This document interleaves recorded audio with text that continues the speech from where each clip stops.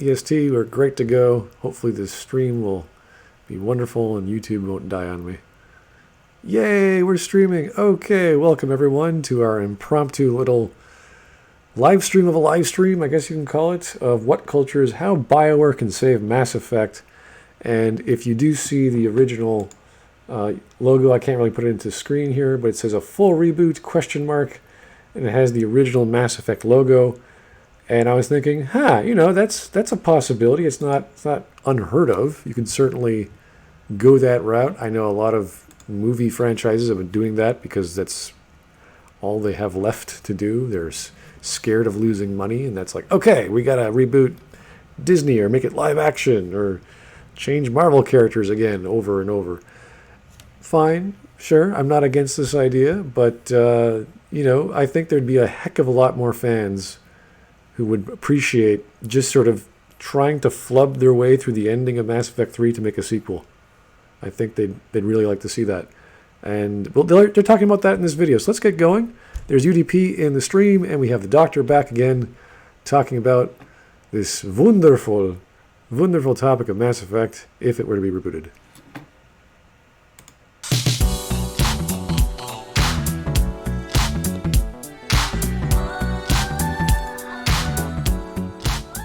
Hello everybody, welcome to the WhatCulture Gaming Podcast. I'm your host Scott Tilford, joined by Ash Millman. What? Who are you? I can't hear you. I know we're not joined by my voice. We did the news before, me and Josh, which might be on the channel by now. But yeah, my voice is somewhere on Saturday night. I left it somewhere. I'll retrieve it at some point. I just thought you were trying to do like a David Hayter impression or something like that. I wish this was what my David Hayter voice was. This is closer to that guy from Chernobyl that can barely talk. I'm the health inspector, but also joined by Josh Brown. Hiya. So yes, I just wanted to talk about Mass Effect. I'm not going to let the fact that I haven't got any bass get in the way of it. So I want to talk about the history of Mass Effect. I want to talk about how much we love Mass Effect, and then I want to get onto the future of the franchise because it's too damn lovable to leave behind.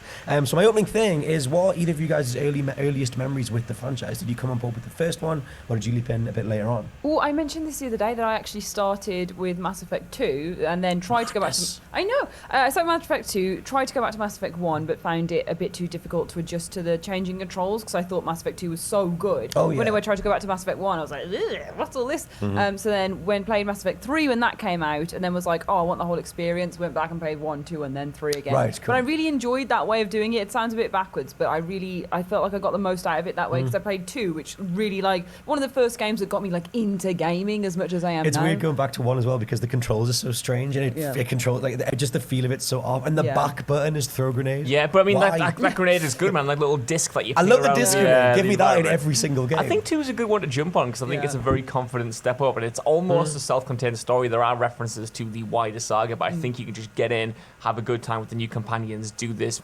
So it sounds as if they just jumped into Mass Effect 2 because it was popular. They said, we like this. What came before?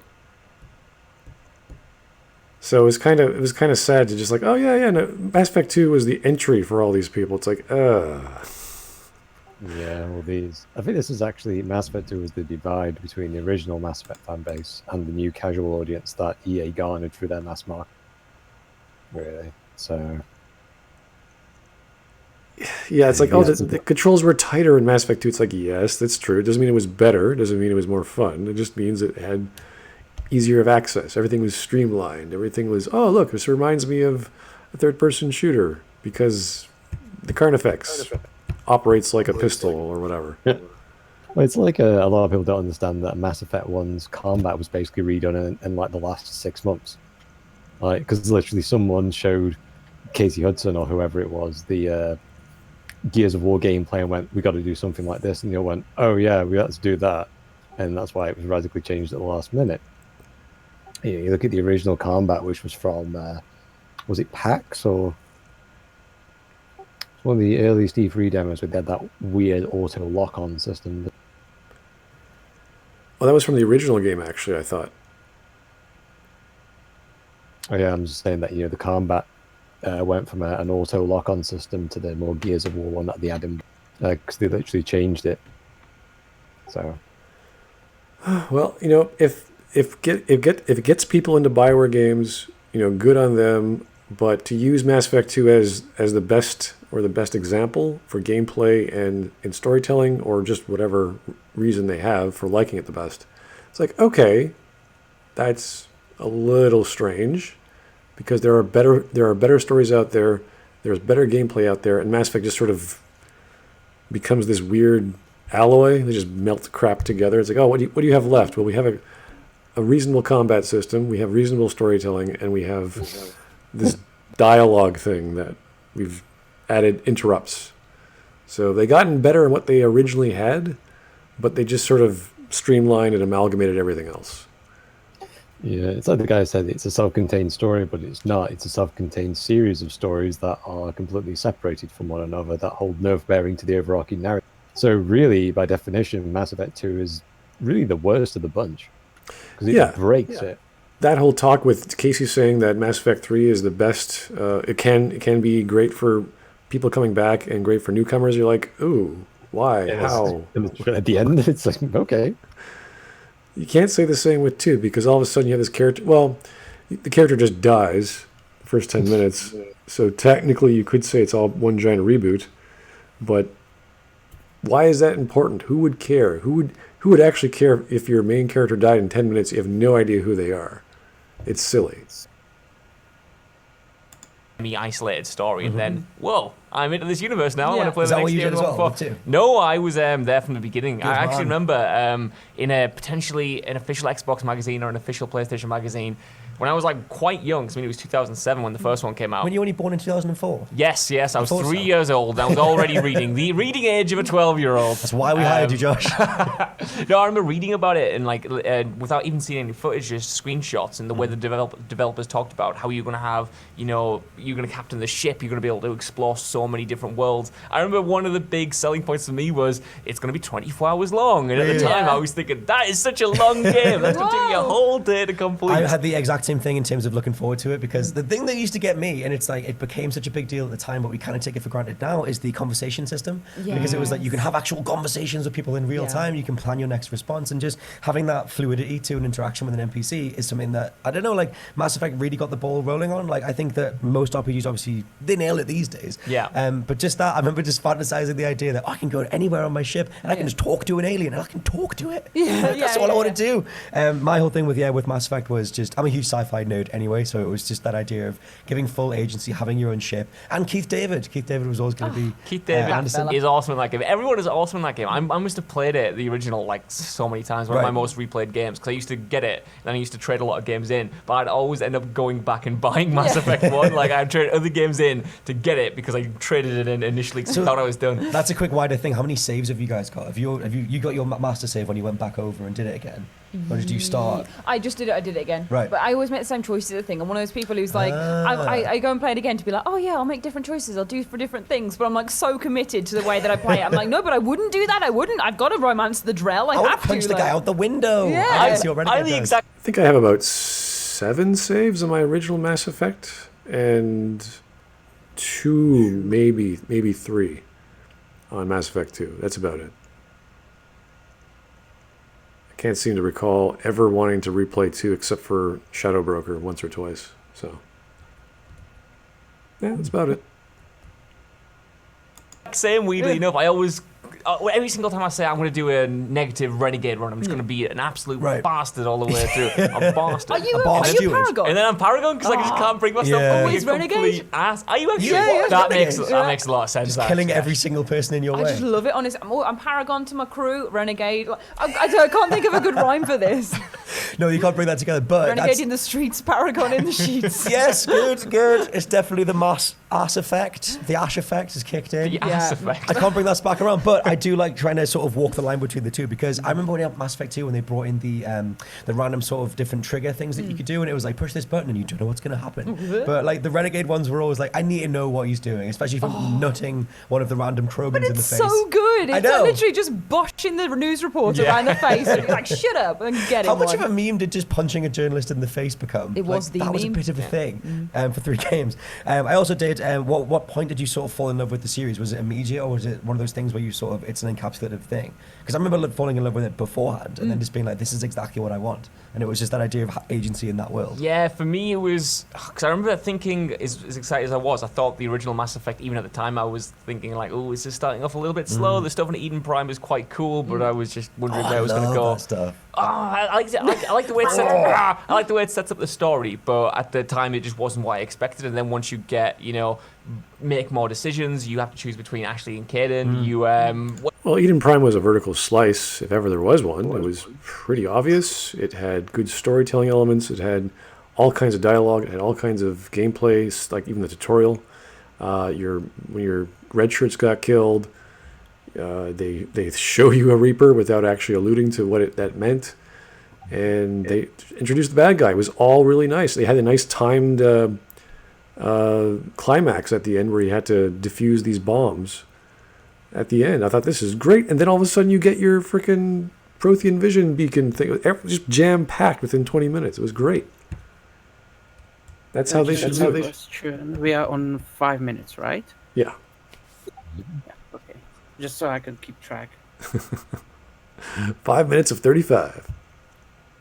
When you meet, I think it's Sovereign for the first time, and you actually talk to the Reaper, I just thought that is such a cool sci-fi moment. Not just in this game, just in in my entire gaming life until that point. I hadn't really experienced anything like that. So foreboding and full of dread and full of mythology. I just thought, I need to know what these Reapers are and what they're going to do, and I need to stop them somehow. And I like that. It's his voice too. It feels so overwhelming. Yeah, it's just such an impactful, resonant moment. I thought it was that moment where I just thought, we're at something. It all kind of clicks. What was your thinking, Tim? Yeah, it all kind of clicks for the average player, and then when they get to Mass Effect 3, they discover a child who just talks to you as if you're a moron, and he's actually dumber than you.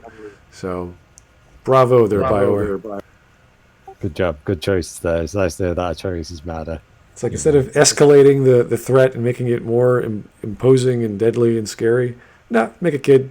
He's like, I like eat people so that they don't eat themselves. You're like, what? It's like if Shepard was like Captain Picard, who has a distinctive hatred for children, then that would have been perfect. But you're not. So it's, And you also forget his speech skills. So. Yeah. Well, he got shell-shocked by a laser beam that should have eradicated him instead of just sort of melted his armor a bit. Well, it's funny because that actually wasn't a laser. It was actually a Reaper weapon, which is basically firing molten metal. So really, he should have been vaporized like about 50 meters away from impact point.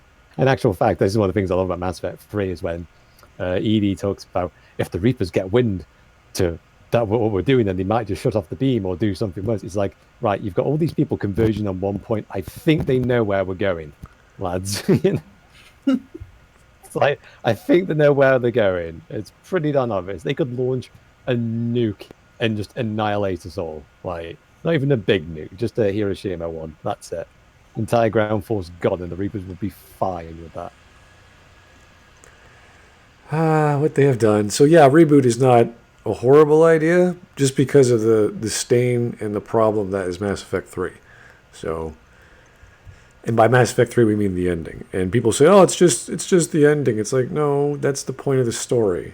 The point of every choice you've ever made, all the characters, all they were hoping for, and it got turned into some magical dream time sequence of galaxy-changing proportions that make no sense.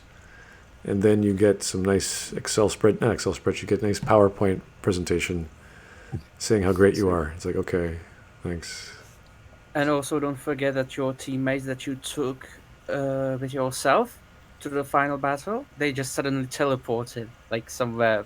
Oh, well, it's up to you, Shepard. We just go away. That was pre-extended cut. When they added the extended cut, the Normandy just flew in and, hey there, Harbinger. You won't shoot us, will you? Okay, thanks. Yeah. We'll just grab our teammates and fly off. There always has to be a good way in a story to separate the protagonist or a character from everyone else. There has to be a good avenue, a reason, a setup.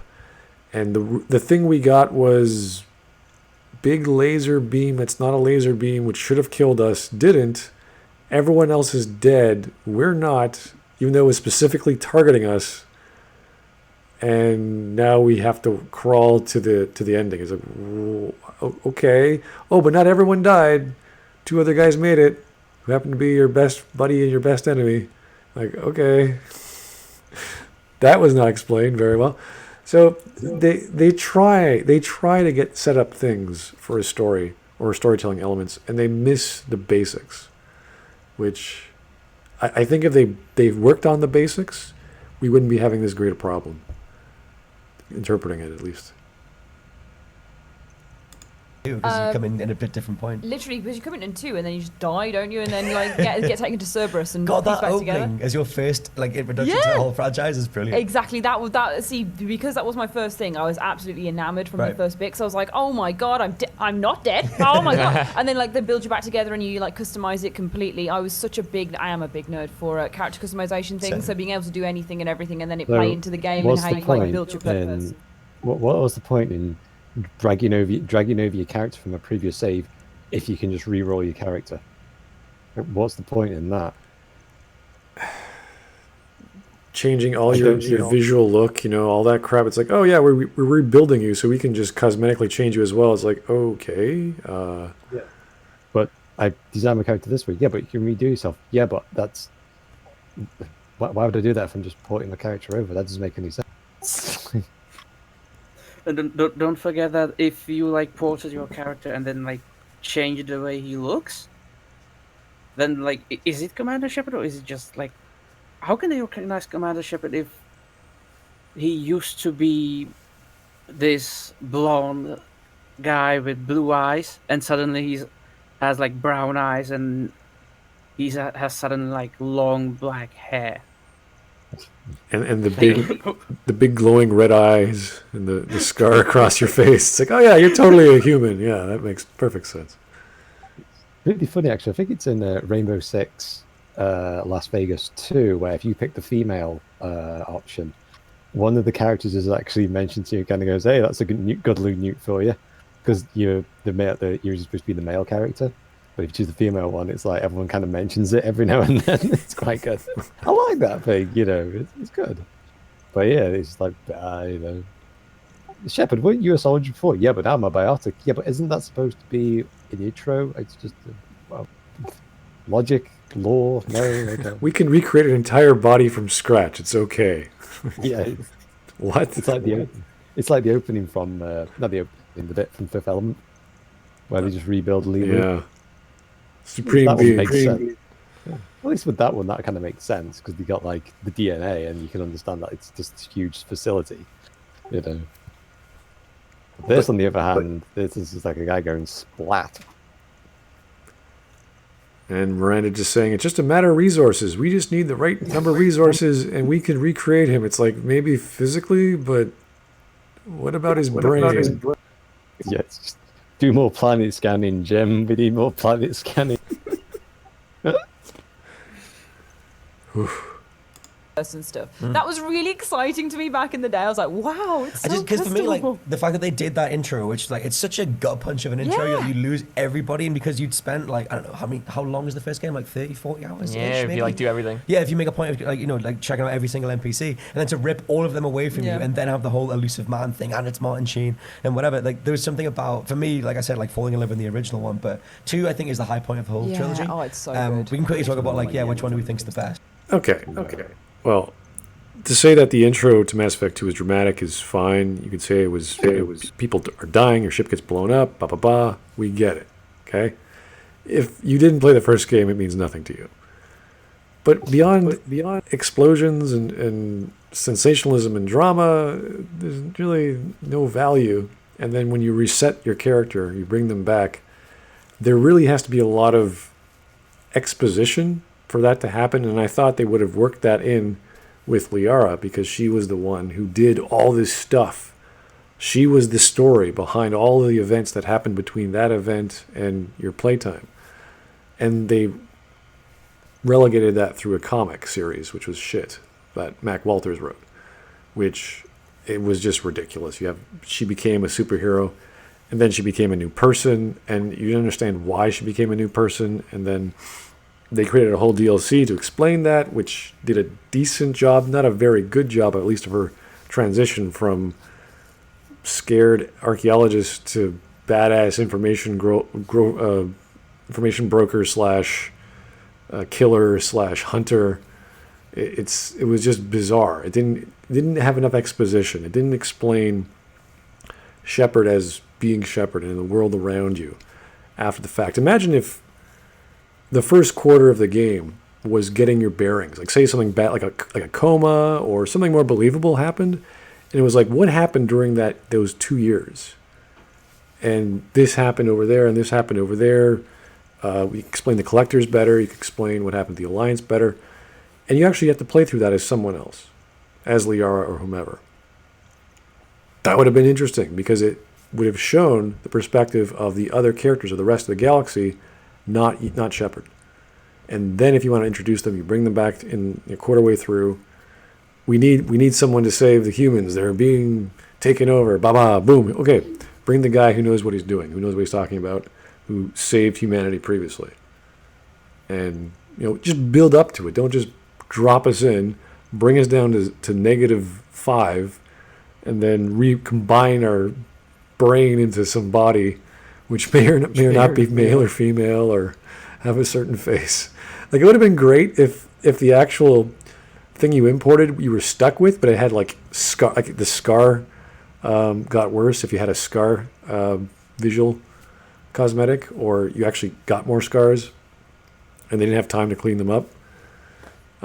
Like things like that, which would be like, oh, it's just like my import, only I look a lot different because I'm had a body be recreated for me. Like little things like that would have been nice, as opposed to, you know what, we're just going to kill you. And you're like, okay, how'd you do that? The dumbest way possible.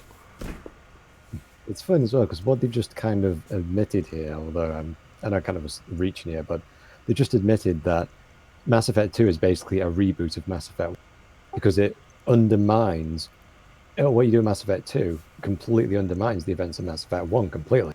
The Council don't believe you anymore now. Shepard's trying to find a way to try and stop the Reapers, even though he doesn't.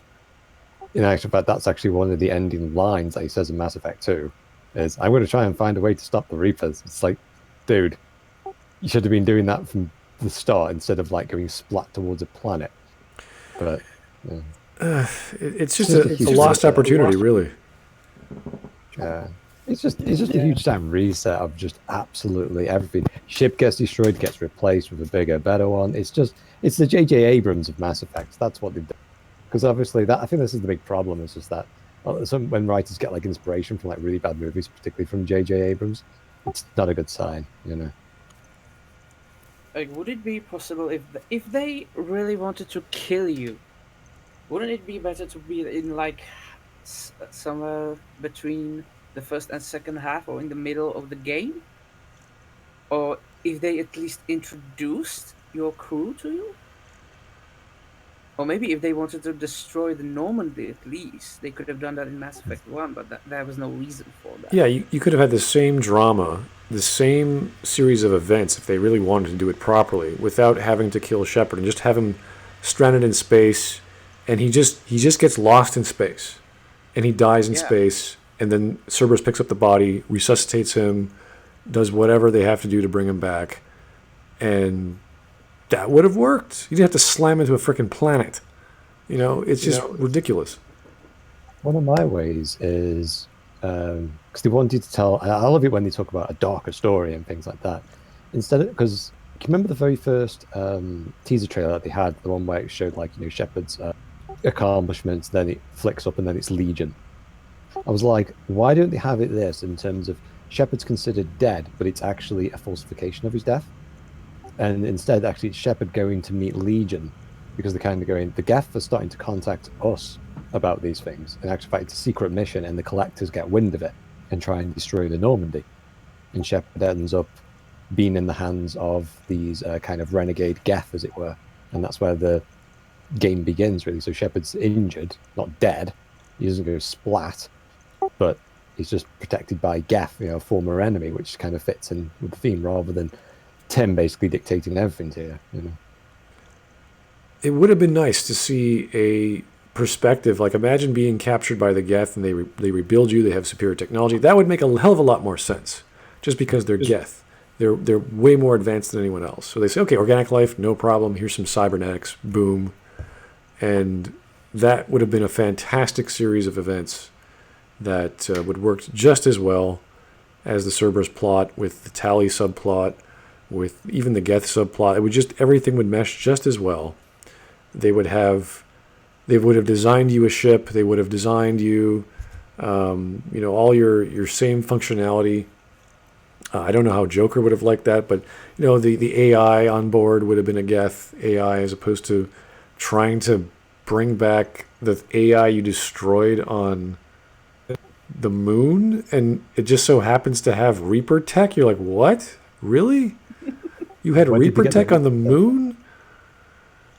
Like all this other bullshit. It's like you didn't have to do all this reaching. Just you have the AI from the previous game that you were fighting become your friend. Wow, what a complicated concept. It No. also makes Yeah. like a nice reason because when you ask Legion in Mass Effect 2 what they were doing, they basically tell you that they have listened through the extranet, like they've watched. Yeah, So which it's like a nice reason for them to know that Shepard is a really important character. So they need to keep him alive. you know what would have been hilarious? It just reminded me of the plot of Galaxy Quest. There's those aliens that are watching human TV, and they're like, there's these heroes, and they need a ship. Let's build them a ship. And that's what the Geth are doing. And that would explain so many things about Legion and why he's obsessed with Shepard being whatever, why he put Shepard's armor on his arm and all that crap. So they're displaying human tendencies, even though they're saying, we have no idea why we're doing this. He would say something like, "We thought you would better integrate with this platform." So we built you a ship. It's like so awkward and Geth-like interior. It's like cables running all over the This place. is a giant shrine to Shepard. No, we made you a starship, and then we made you a Mako, and then we made you a Tali'Zorah companion, but not really Tali'Zorah. We wanted to replicate everything as possible. It's like, oh, okay, this is getting creepy. We have the technology. Yeah, like that would have been a really weird, like, is this the norm? Like you wake up, no one's around, you don't see anyone. You're like, what? Is this the Normandy? It looks like it, but not really. And why is everything glowing? And why am I partially glowing? Like that would have been really creepy. And then you go, you run with that, and then people thought you were dead, and you come back in this brand new ship. Like, what the hell is going on? No one knew anything about you. That would have been cool. Creepy, but with the Geth, that's kind of the vibe you wanted from the Geth because they were an unknown. And the more you learn about them, you learn about their plight, you learn about why they're doing what they're doing.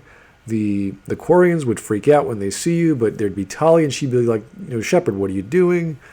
And you would have to explain to her, and then Tali would be like, well, I really like Commander Shepard, and I really hate the Geth, but the Geth brought Shepard back, so I guess I'll trust him through them. Like, that sort of thing, as opposed to, you're with Cerberus. Yeah, but they work for me, Tali. Okay. Like, oh.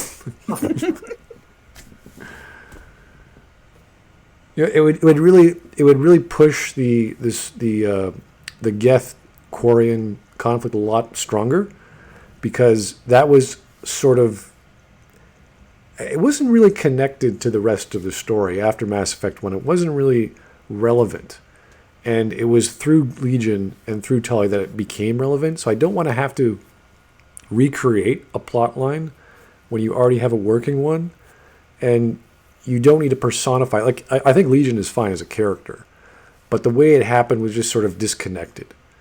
And the fact that it works so well with Tali is just because we know Tali, and we know her problems, and her problems are closely related to Legion's, because Legion is, of course, a Geth, and they're all interconnected, and they all think the same, etc. So that's just a cop-out, because they happen to be a hive mind. But imagine there was a personification of AI in Legion, and before they become true AI or whatever the nonsense of Mass Effect 3 was. Oh, because they have Reaper upgrades, now they're true AI. It's like, whatever, okay.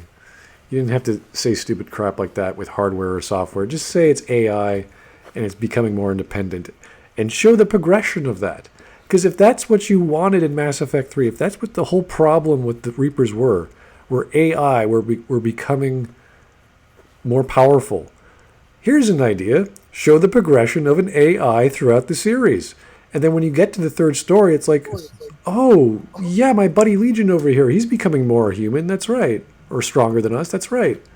And then you could relate to that conflict. And then you'd have this gray area. Hey, the Reapers are true. They're saying something that makes sense. I saw it beforehand. Or as opposed to, hey, these Reapers are out of their freaking minds. They're insane. They're not making any sense. So, stuff like that can work very well when you personify the conflict of the overarching plot and use the existing lore from the first game, which an enemy becomes a friend, your colleague also becomes part of the conflict. Like, that would have been great, like a second stream of a story where you go the Geth path, or you go the Tali path, or the Quarian path, and you have to like argue on either side, so you can actually get Legion to come with you, or you can get Tali to come with you. Like, that would have been a good example of using branching paths as well as a dialogue wheel. But again, we're just brainstorming here, and yeah, we're fixing Mass Effect too, aren't we? Whoops, let's not do that. We're making it more interesting. stream. Yeah. Wrong stream. Wrong stream. This is true. Okay. So we all Two. two fans. Yeah, 2. Good. We kind of me pivot too. that against 3, because I know maybe we can do a whole separate podcast on why 3 isn't that bad. 'Cause Yeah. you guys have both yeah. expressed that to me before. Yeah, I think the ending overshadows a lot of what 3 does well, because although it does make some contentious changes in my mind, like switching to only 2 dialogue choices instead of 3, I think sacrifices a lot of player expression in that game. It's not. Yeah. 3 didn't break things except the dialogue, except the ending, except the choices you make. It's like, yeah, thanks. Except almost everything being thrown out of the window. Enumerating all your choices to a freaking EMS score. Like, oh, Jesus. I didn't know Deus Ex Machina known as the Crucible, even though the Mars archives were basically completely depleted because they were only a small arc. And yet when you actually go to it, it's like some huge megalopolis kind of, glowing thing from 2001. There's so many contrivances. There's so many things rammed down your throat. The best things we could say are the Tuchanka arc and the Rannoch arc. Yeah, that's about the most positive we can be. That's something because you get to hug Tali at the end of it. You get to hug Tali. She gets to commit suicide, and there's nothing you can do about it. I thought that was a good thing. As tragic as it was, still, that's her character. And how you can solve the whole Quarian problem with the three species about the birth control of the Krogans. So that sort of played out fine. Like that was like a separate. That's why I liked it so much, because there were 3 races involved, or 3 species involved there, and they're all just sort of, we need to get this thing done for the rest of the galaxy to join us. Whereas with the Geth, it's like, you've been here since the beginning. You're involved with the Reapers, and this is the actual point of the Reapers, is the whole concern over AI. It makes sense, but it never gelled properly. Let's just say it was sort of disconnected. Because if you can just say, hey, that race called the Geth, yeah, they're right there, and they're fighting with us. I like the idea of, it's like all AI will cause genocide amongst organics. Oh, right, because organics haven't ever committed genocide against another organic race, have they? That's perfectly fine. Because you're doing it to your own kind, but AI, ooh, no, can't have that. In a way, Mass Effect 2 expanded the lore, but if I look at Rannoch, did the trial, or Tali's trial, make any difference in their decision? Like, from my point of view, it would be interesting if you, like, at the end of the trial, basically Shepard tells them, my recommendation is do not attack them. And they still attack them. If you, like, made still the recommendation, and, like, the civilian fleet, like, decided to just not attack, they would have, like, more casualties. That would have been an interesting, like, part of the Shepard's influence. Because I don't remember anything that he changed. Like, even if you get exiled, that's basically... Well, the difference is maybe that Tali becomes an admiral, maybe? Well, it's just that the Rannoch event should have actually happened in Mass Effect 2, really, because it's like, if the Reapers are invading, why would you waste your entire fleet depleting it against a force, which you may lose against? and then you're going to lose again. Even if you do win against, let's say, the Geth, you're going to lose against the Reapers. So what's the point? You know, Yeah. it's once again, it's the thing of aliens invading Earth and the United States saying, you know, those Chinese guys, they're still really peeing us off at the moment. You know, we've got to take them down as they're being invaded by aliens. You know. And I think you can see that the game was rushed out effectively. Like Totally. they have tried to condense a finale to the saga into like a short development time, which I think does damage it. You see that through kind of like fetch quests and stuff. But when that thing is firing on all cylinders and it's Yeah. really nailing those story beats and those conclusions to arcs that started in the first game, I just think it's like spectacular. The stuff Yeah. with like Tally and the stuff with like the Genophage and stuff, everything like that. The Morden, you The like, Morden, yeah. Oh god, yeah, the whole soulless thing. That's the thing. I mean, carrying like Yeah, but it wasn't really started in the first game. It's sort of originated in the second. So I don't think too many options in the first game affected the Rannoch or Tuchanka mission. I don't think so. Only only depends. If you kill Rex in the first one, then you just get Reeve, and that's it really. They just get easily Yeah. replaced. That's it. Okay, I see where you're going with that. Okay, yeah. See, that would have made sense if they made the choices you made in the first game actually matter in the third game, like the choice with saving Rex. Awesome. But Rachni, which is one of the biggest choices you made in the first game, meant nothing. Nothing. Putting whoever on the council, first game, nothing. Yep. All these opportunities to make your choices have lasting impacts on the ending of the story, wasted. And it wouldn't have taken that much. It would have been like a 30-second info dump, or the same thing they did with the ending with the PowerPoint. Slide here or slide there. If you want to go that route, sure. Give us some variation. Give us some what did that do? How did we affect human-alien relations? Not, we're all interconnected telepathic green people now. Like what? Did anyone want that? there's not many other games that let you carry a save across that long of game time. Like I can't think of many other franchises where you stick with the same set of characters the whole way through. Ultima. Suikoden, Yep. Deus Ex. I think Deus Ex. Maybe I could be wrong. Deus Ex doesn't have that capability. There's a few games out there. They're not as prevalent because it's dependent on the developer having a solid chunk of change to continue and making sure that the same dev team is working on it as they continue. So, Well, this is actually a problem with Bioware, is that the same dev team wasn't working on the same Mass Effect titles, even though it was the same office. You had different writers and different team members coming in and out. that really sucks. But that's how game development is. Like once you finish your game, your job is done. Your contract is over. There's no job security really. Maybe if you work at Bioware, you could be put on another project, but there's no guarantee. It just kind of sucks that you had Casey saying that this is a planned trilogy, and it's like, okay, your contract's over, bye. But this is you're doing 2 and 3, right? Yeah, bye. It's like, that doesn't make any sense. It's... We planned a trilogy, but we didn't plan the actual resources and manpower and time, and it's like, we get a new team every day. It's like, what are you talking about, Casey? I don't know. Casey Hudson's actually not a good project manager, because he almost killed Mass Effect 1 in its development. We know the original pitch for Mass Effect. It was supposed to be a online resource where people are trading items, and there's bizarre procedural generation of entire planets, using the Xbox Live via the trades thing, while having an epic individual storyline. It's like, Casey, see that crack pipe? Can you put it down, please? Because we're on something right now. Just put it down. I think the only time I saw that be effective was with Diablo 2, because the point of Diablo 2 was to get stuff like weapons, armor, gems, and there was this big online marketplace. I don't think it was real money though. It was all just natural. I want this for that, or you have to give me 100,000 gold, or whatever it was. And that slowly evolved into Blizzard, making WoW, which then you could buy digital goods through eBay or whatever. So that, I think, was what he was thinking about.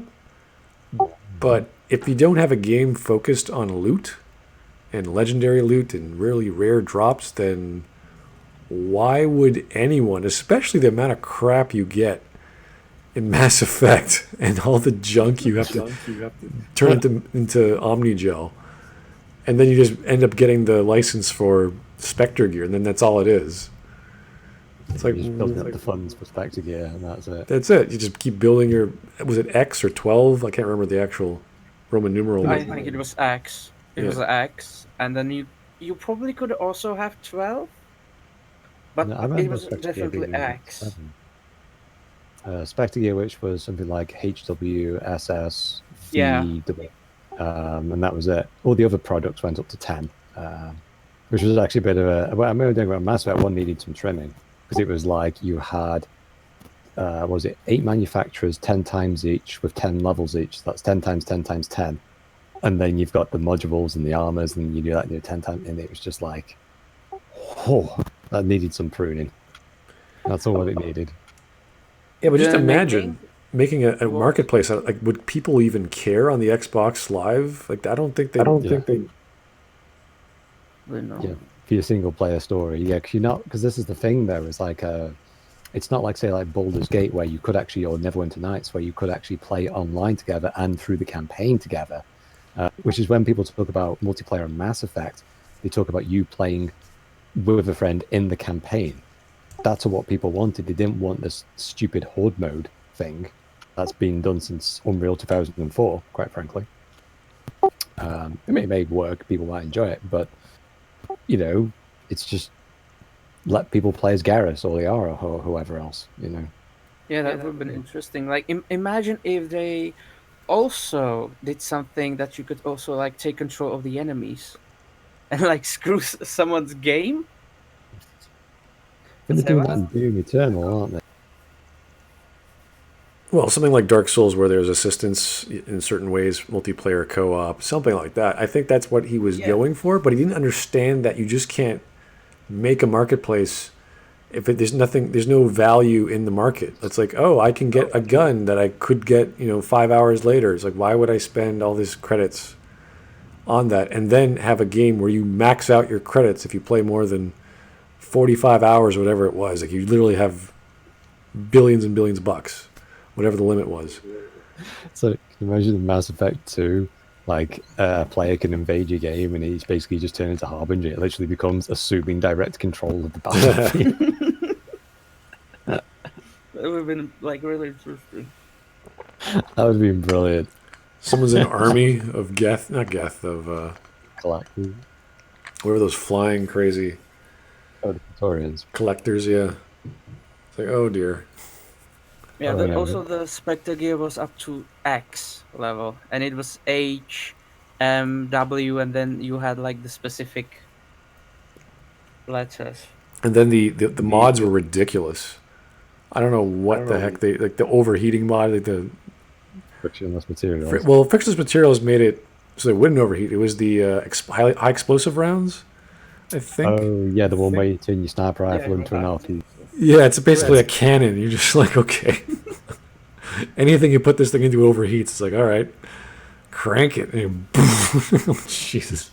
But it made sense because then you had 4 guns, so you'd be like swapping guns all the time.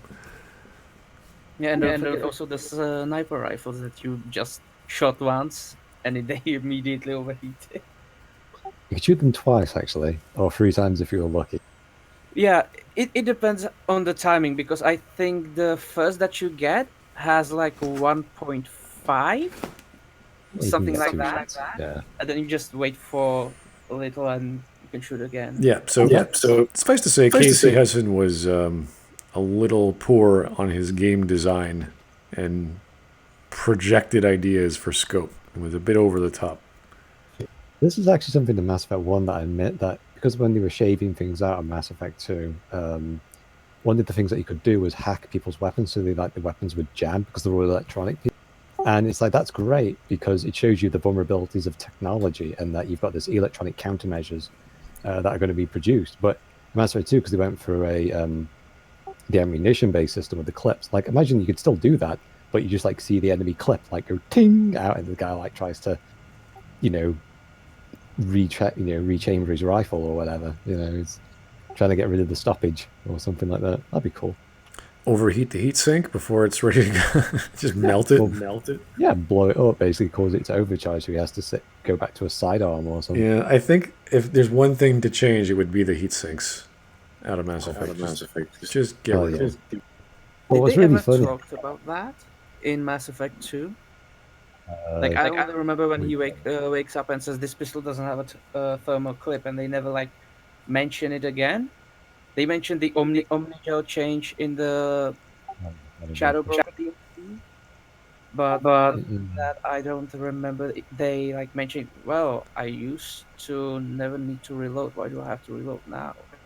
Yeah, that's all in supplementary material, unfortunately. They just kind of did away with it. They just went, yeah, we've all got ammunition-based systems now, internal magazine. It's like I wouldn't say everyone. The only ones who never had that system were Shepard's enemies, basically. Oh yeah, because because we don't need to reload. Yeah, it's really as damaging as like watching the old Star Trek and then the Next Generation phasers have an ammo limit. Like it's really that jarring. It's like, oh yeah, we switched to an ammo system for our phasers. It's like, what? Why? Why would you ever do that? It's really funny about the ammunition system in Mass Effect 2 is that they really wanted this idea of like you changing weapons, but because Bioware don't understand shooters, they had to put down unlimited ammunition in the levels because people were running out of weapons. People were running out of ammunition, so they had to put down unlimited ammunition. So they go and introduce a limited ammunition system, and then they go and have to put in unlimited ammunition into the game. So it's like, what's the point? Yeah, you will always find ammo to drop. That's true. Yeah. So what's the point? And everyone hates Deus Ex 2 for like, they had using the same type of ammunition, but yet everyone was praising Mass Effect 2. It's like, no, you can't do that. No, this is bad.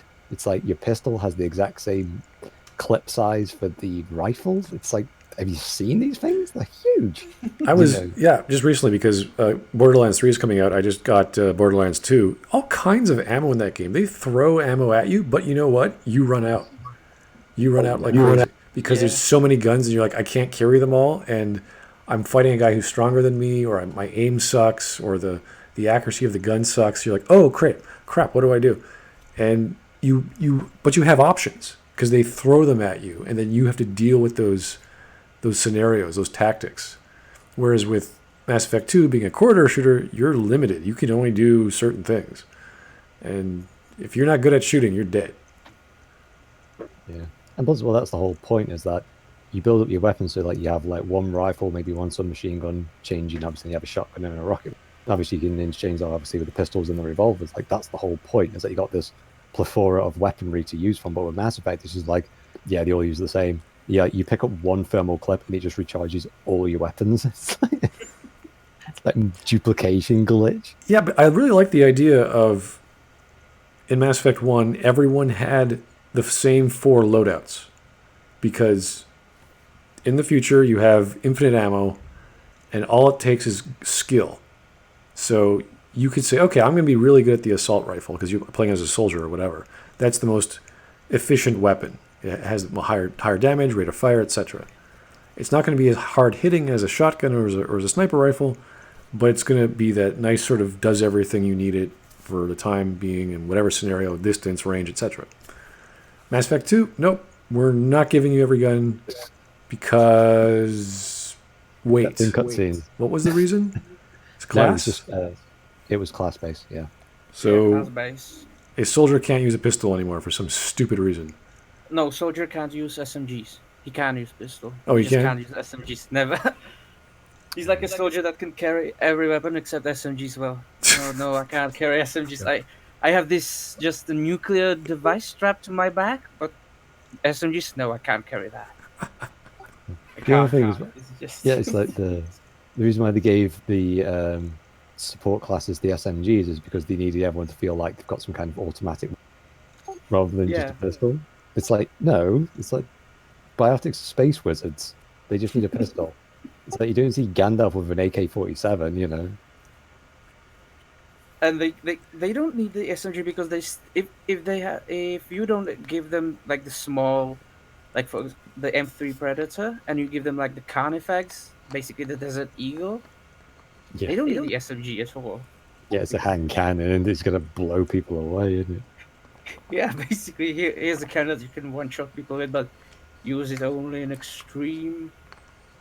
Yeah, people have said that the thermal clip idea should have been like an attachment that you do in emergencies.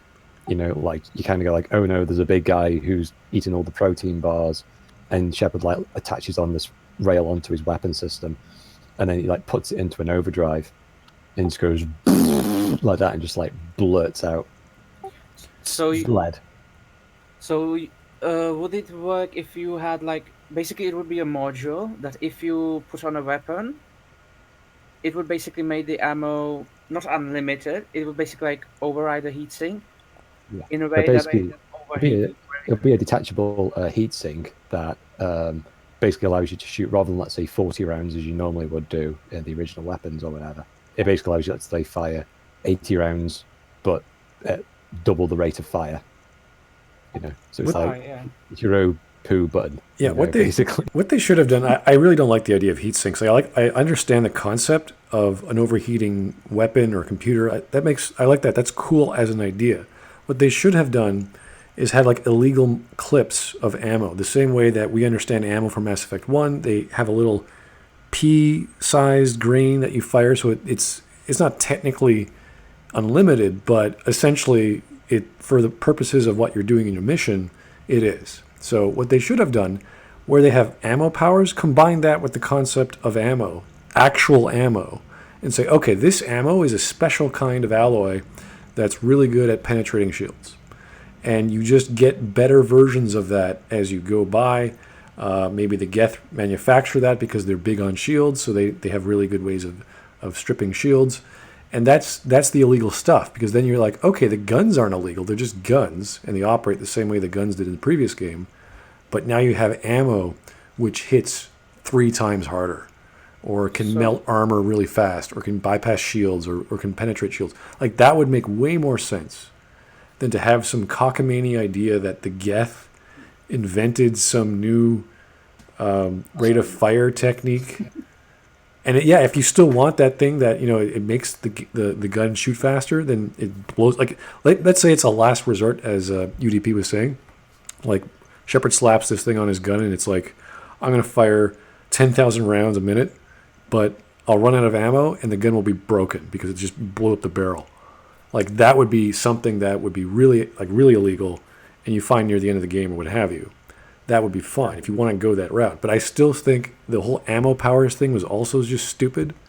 Like, like a biotic just can somehow create warp rounds that are purple, and then they can bypass. Like, what is it? Like, bypass anything? You just do more damage to barriers. Yeah, to whether it's armor or shields. Like, it was just like the generic good ammo power. It's like, yay, ammo power. Like, it's just stupid. Second, I'll just wrap this dark matter around my rifle and. Yeah, I'd rather have an actual attachment, like a clip literally a clip of something you jam into your gun, because your guns are futuristic weapons. They can take in multiple clips the same way an engine in the future can take multiple fuel sources. So you have this gun that can take in tungsten, or take in magnesium, or any kind of metal that is specifically designed to do something, and be like, oh, great, cool. And then you'd have to mine for those materials because that would be actual ammo. And you know what? The base setting would be the standard ammo, so you never run out of shots. They just wouldn't be as effective.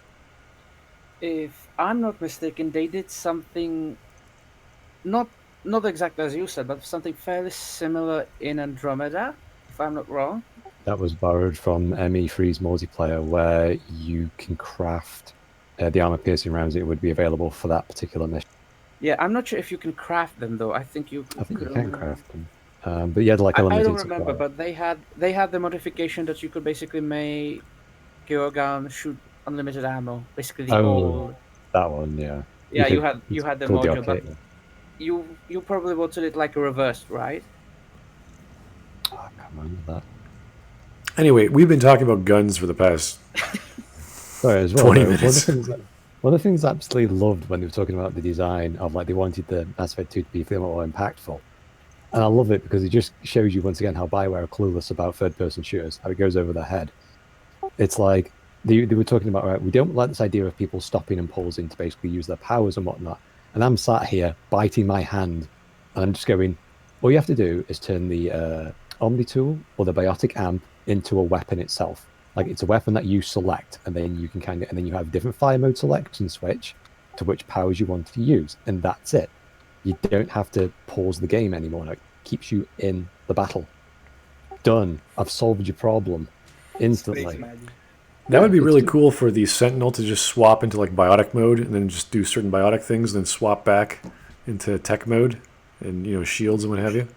But the idea is, like Bioware just like, oh, we can't do combat. It's like, well, yeah, you can. You just have to do it this way. You just turn the amp in that way. You can actually have different amps, which will give you different benefits. Like some will, let's say, amplify certain types of powers, but there'd be a limited amount. But other ones could be more universal, like they allow you to, let's say, have 4 powers, but they're not going to be as good. And there you go, boom, boom, boom, boom, boom, boom. You've now got multiple other weapon types for different classes, therefore making classes feel more distinct and separated from the others. I've just solved your problem, Bioware. Can you hire me? I'd love 100 grand, please. And that would also add to the replayability. Like for example, I would definitely, if there was if they made like a biotic amp that would make you just shoot lightning, I would just make one playthrough of like Emperor Palpatine clone just going around killing everyone. Like Garrus would just come, hey bro, what's up? And you just unlimited power. And you could actually go into the battlefield without a gun. They look at you like you're weird. Like, what are you doing? Yeah, and interesting thing would be that they would, you don't have a gun. We could kill you easily. Just nope. Yeah, you can just go into battle with just your biotic powers. They would think like, look at this guy. He thinks he can kill us. He doesn't even have a gun. No, I have a right one here. Just electrocute him. That would be like a really great and funny renegade playthrough if they did that. So many ways to make this game actually work within the lore. My God. But you know what? We're going to see what these guys have to say because we've been watching them in his pose for the past 30 minutes. So. The whole way through. And yeah, like, I mean, I don't know if it's just a risk on the developer side where they just, because I remember the whole push at the start of Mass Effect 3 on EA's part was, this is the perfect time to jump in. I'm like, no, it's not. It's the end of the trilogy. You're going to get so much more out of it if you have all the preamble beforehand. I don't know if that was the same thing with you, because you've always defended Mass Effect 3. Did you have a good old time? Well, I think the Mass Effect, again, I've said it a million times, Mass Effect 3 is a This is the perfect time to do game. it, Ash. But it's not about, I've said this before and I'll say it again, it's not about the end of Mass Effect 3, because everyone gets caught up on the end of Mass Effect 3, but the whole game is an ending in itself, and everything that it offers is an end to all of the different story threads that you've done through 1, 2, and 3, and the way that it ties them all up. It's like, it's beautiful. It's a beautiful game. Yes. It's really touching, and the way that it approaches all of your independent characters, and the way that they have grown and changed, and how they've grown and changed with you, and have their encapsulating arcs like sorted out. I just think that everything is so deftly done for that area that just to slam the whole game based on the very ending moment because the pillars are different colors or whatever, I just think is dumb, because I get it being frustrating. I really understand it being frustrating, and it coming down to like people expected to be able to craft this whole different ending, but its vagueness and its openness and its way that it does kind of boil down to the same thing across.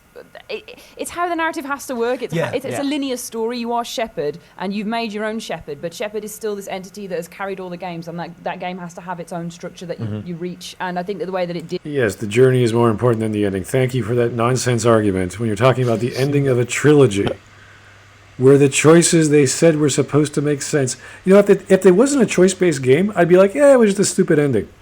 But because it was focused on choices, and every choice is carried or supposedly carried over, there were supposed to be multiple endings. There were supposed to be multiple outcomes. And we didn't get that. We still got one version of the galaxy exploding in pixies and fairies or in fireballs. That's it. And the pixies and fairies doesn't make any goddamn sense.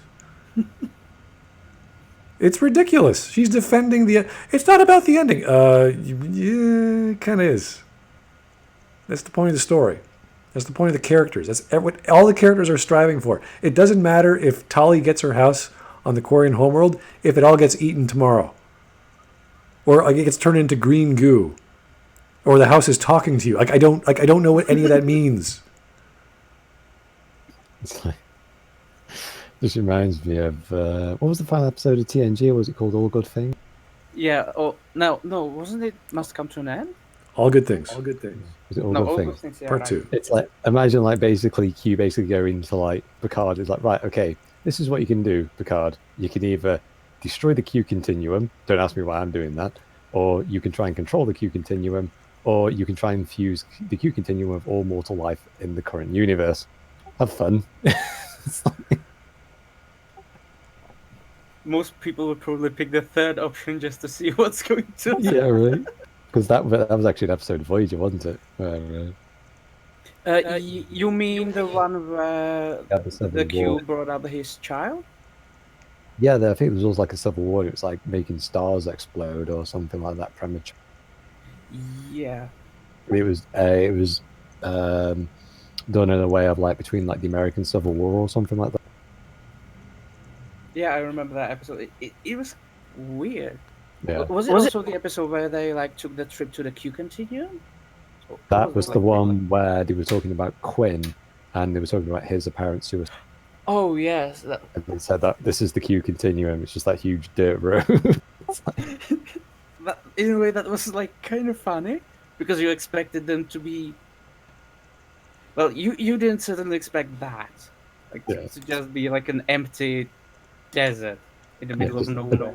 A desert with a building and a scarecrow, and that's it. You know, it's the same one with in Stargate where Daniel goes to the Ascension world and he's in the cafe. And Yeah. he's talking to I've forgotten the name now. Omar. Omar, and then he's talking to, well, he doesn't know, he realized it was Anubis, but it's like that kind of, everyone's just ignoring them.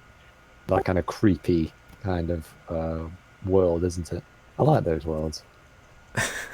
Yeah, they're really interesting. But honestly, if she wanted to like defend the ending by saying that it's about the journey, a normal journey, or at least by with my experience, the journey is not worthwhile if the ending isn't solid and also not rushed. Well, there was no actual character journey in the classical sense of Shepard. He was just the guy who just happened to be involved because story happened. And he didn't have an emotional connection. He felt a bit sad when Kai Ling kicked him in the whatever, but that was like, okay, yeah. Caroline kicked him in the shin and then called him a mean name and ran off with the, was it Vendetta that he ran off with? Yeah. Then Vendetta was like, I'm going to do something, and then didn't.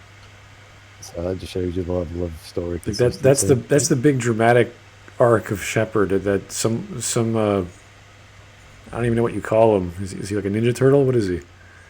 He's Final Fantasy reject. Final Fantasy reject. That's good enough. Yeah, just like, oh, he beat you, Shepard. Wow. There's someone from was it Metal Gear Rising? Like Raiden. Yeah, Metal Gear Rising Revengeance.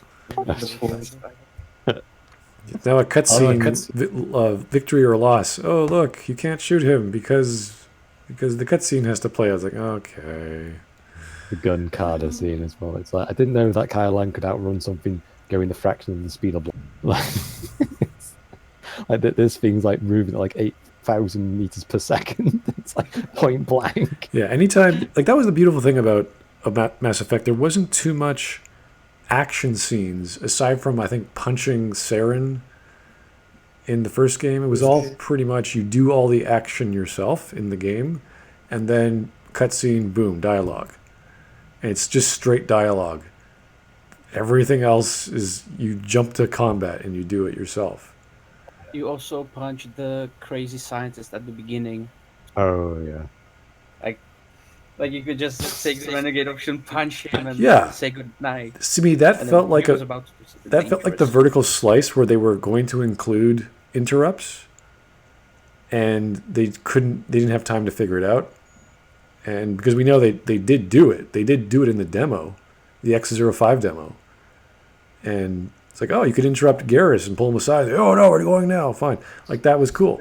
So I was thinking, oh, you could do the same thing with Manuel. It's like, yeah, it's after you casually talk to him and then you just punch the guy as a dialogue option. It's like a dialogue option. Talk to Manuel, discuss, and then punch Manuel. Okay. That's the thing. That's the problem with the dialogue wheel. Is like nobody knew what was actually going to happen, and this idea of you're having it in your head and then you say it's going to be different. Yeah, but it's like I'm going to say goodnight to someone. I'm not going to say goodnight and then like clock him in the jaw. It's like that wasn't part of the agreement. So then with Armando Troisi, the guy they brought in for Mass Effect 2 to be the narrative director, he brought in all these visual cues which were attached to the interrupt system. So you see during the interrogation on Thane's quest, you see Shepard crack his knuckles or make a fist. It's like, oh, he's gonna punch him. Like it's a cue to you to say, okay, we're gonna, if I press this button, he's gonna use his fists. Perfectly fine, perfectly acceptable, nothing special. Couldn't do that. Didn't have that sophisticated idea back in the first game, or they just ran out of time. I think they blew the budget. They were like, we gotta get this thing out the door. Like in Mass Effect 1, you also have the option to like shut off the council when you're like in the briefing. I would personally, I would really like if you can just in the middle of a conversation without you saying anything, just shut them off.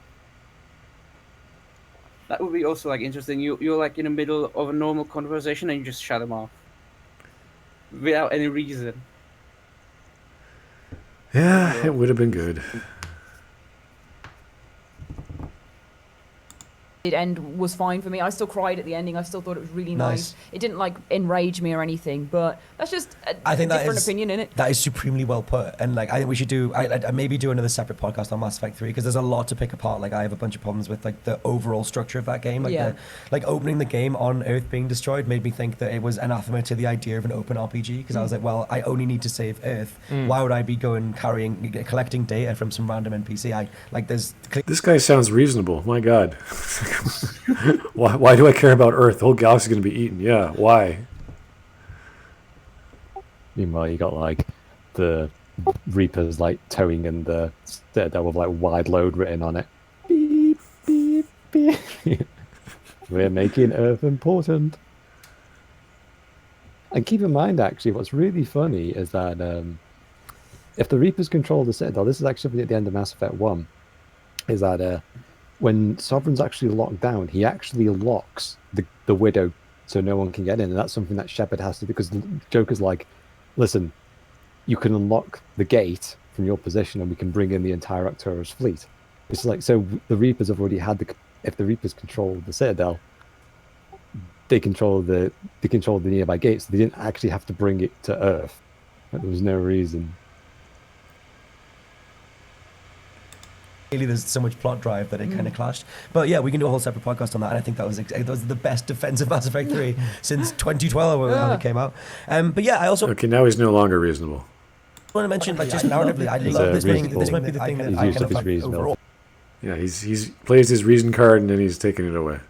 I love it overall is that I can't think of many sci-fi franchises that really put humans on the back foot. Yeah. I love the idea that like humanity as a species is new to the cosmos, and like we have to prove ourselves as a species, which is a unifying thing to bring everyone together. And I just like love that. I don't know if like the psychology of that or the philosophy of that ever like appealed to you guys as well. Yeah, absolutely. I think that shines through in the first game, especially when you're just trying to kind of break out of the council, like get recognized. Like you're the first human Spectre. Yeah, and I like the sort of baggage that we don't get to see in the history of like you were kind of the bad guys at one point. You were these upstarts just breaking your way into like space for the first time and stepping on everyone. It's really not that major a theme. I don't think, we are sort of seen as the guys trying to prove themselves, but other than that, doesn't really make how much value as being. Once you're a Spectre, you're a Spectre. It doesn't matter. Yeah. Well, then once again, you throw that away at Mass Effect 2, and it doesn't mean anything. Yeah, there's that point too. Yeah, you're now a renegade, or you're now working with terrorists. It's like, okay, bye. Yeah, the only reason why they basically return it to you because you saved them, you put Anderson on the council, and it doesn't. And the only thing it basically changed is a cutscene in Mass Effect 3, if I'm not wrong. It's really a non-issue. I mean, it was a big, cool thing because we heard about the war with the Turians, but after that, it's like, yeah, well, we're here. Oh, yeah, I'm in charge. Oh, no, I'm a Spectre. Okay, well, I can do whatever I want. Done.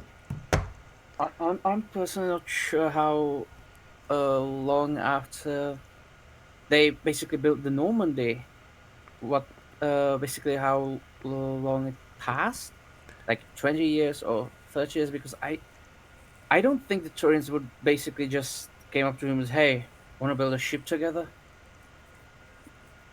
Like I think they would personally hold like a grudge, like Batarians. Well, not in a way like Batarians, that they would just hate them. They would personally like dislike them. Well, a highly militaristic species would see their opponents in respectful fashion because they see them as a threat. So after they fight, they would say, okay, we've gone through bloodying our noses. We don't have to do this again. But there's still some animosity of who started what and why, as you would expect any military group would sort of have that. But it would be a sign of respect. It'd be like, oh, these guys can hold their own. Okay, cool. So in a way, like Klingons, right? Yeah, they respect you because you're warriors, and you could not die when they're fighting them. So that sort of level of respect, which is fine, and I guess I can buy it. I wish they would have like the architect of the Normandy make a scene and talk about this and that, because in Mass Effect 2, it's just like, hey, we're going to make it bigger and better, and just twice this. It's like, who made this and why and how did this come up? Like all these other dumb contrivances that just come out of nowhere. And like, it would have made sense, the guy who's putting their time, like, how they had the pilot in Andromeda who was like, this is my baby, this is all I want to do. The same the Solarian. Yeah, the same thing with Joker. It's like, this is all I want to do. So they got that spirit of Joker, and they put it into that guy. So you want that sort of fellow who represents the ship, or the designer of the ship, to sort of say, okay, this is what I wanted to do. So Cerberus would have found that dude, human or otherwise, and said, okay, we need your help. And there's really no designer, there's no engineer, there's just the two human engineers that service the ship, and you're like, that's fine.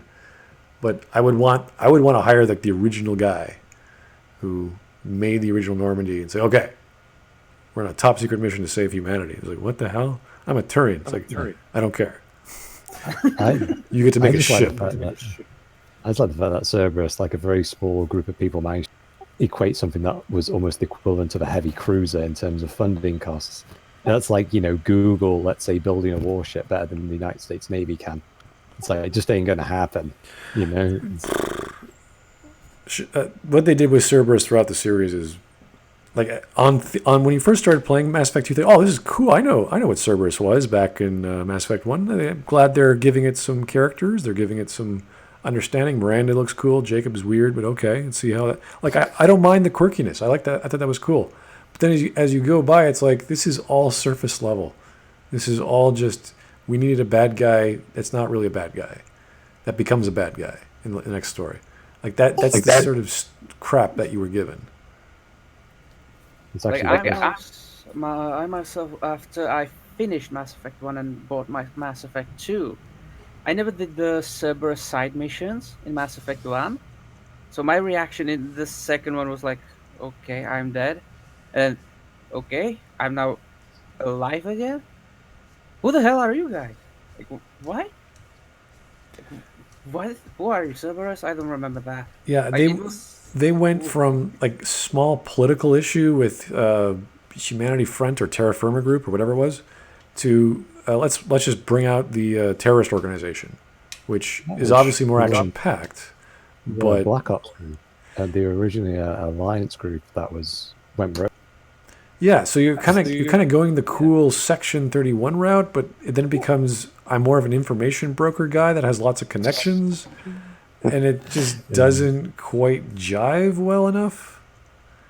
Also, if I'm not wrong, if I remember correctly, what was the it was the tragic background where Shepard's unit was ambushed on a cruise. I Yes, think the Cerberus fresh also knowledge. had to do something with that. Yep. Yeah, that's the problem though. It's like they're involved with everything, and no one knew about their existence, or if they did, they could never find them again. And there's all these cells within cells, and all these double agents. It's like, what the hell is this? Like, how is this being bankrolled? How is this being controlled? Oh, it's Tim. It's like, do you In a know way, it what you're reminds me doing? like Valve. Or at least what I know how Valve works. Like, with the exception that Gaben is Tim, he just said, "What do you need?" Well, I want to revive Shepard. Okay, here's the funds. Just use them. Use them all. If you need more, I'll Yeah, just get but everything happened. Like the existence of human biotics was because of Cerberus. The existence of AI on the moon was because of Cerberus. The Rachni experiments, like everything has Cerberus's fingerprint. And you're like, how incompetent is everyone else? Are we just like stupid and just Cerberus just gets everything? Norman and Tim says that the Normandy's build plans were recommended by Cerberus. He's just like, okay, what weren't you involved in? That's the easier question. Yeah, like how was the Alliance getting by, doing anything? It's just bizarre, and the concept that there's this extremist paramilitary organization within an organization that has its own bankroll. Like the Alliance would be like, hey, we don't have to spend all this money on our super cruisers. Like, how did this thing get built? I don't know. We went under budget, sir. Wow. Okay, we'll keep doing it. Would anyone be like doing an audit? Like, where this thing cost $4 billion? We only spent like half of that. Like, wow.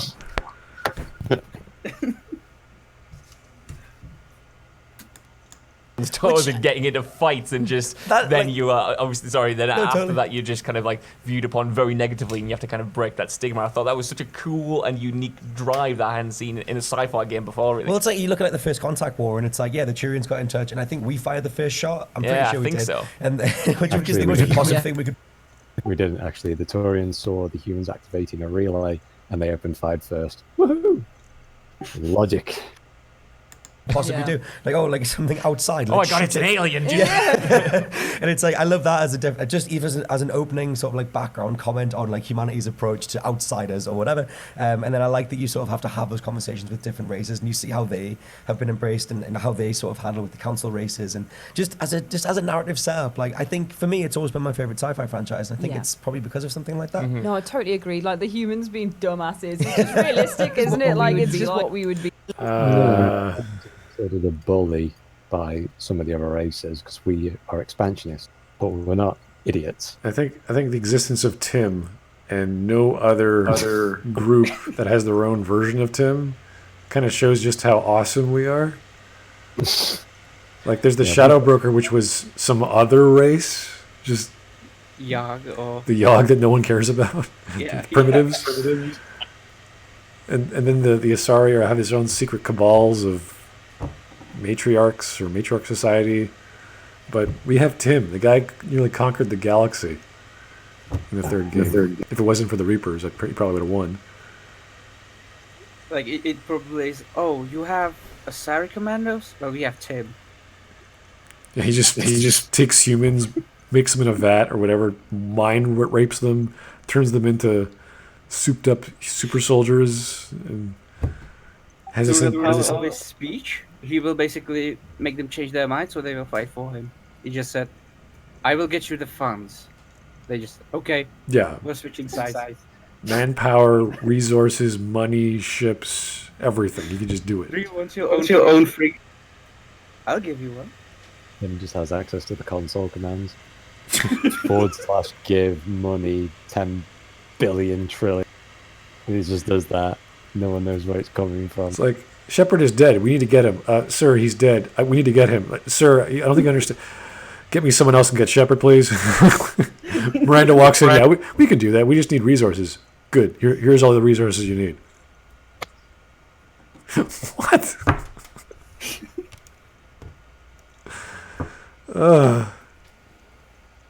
Eli. A little bit, Yeah. a little bit.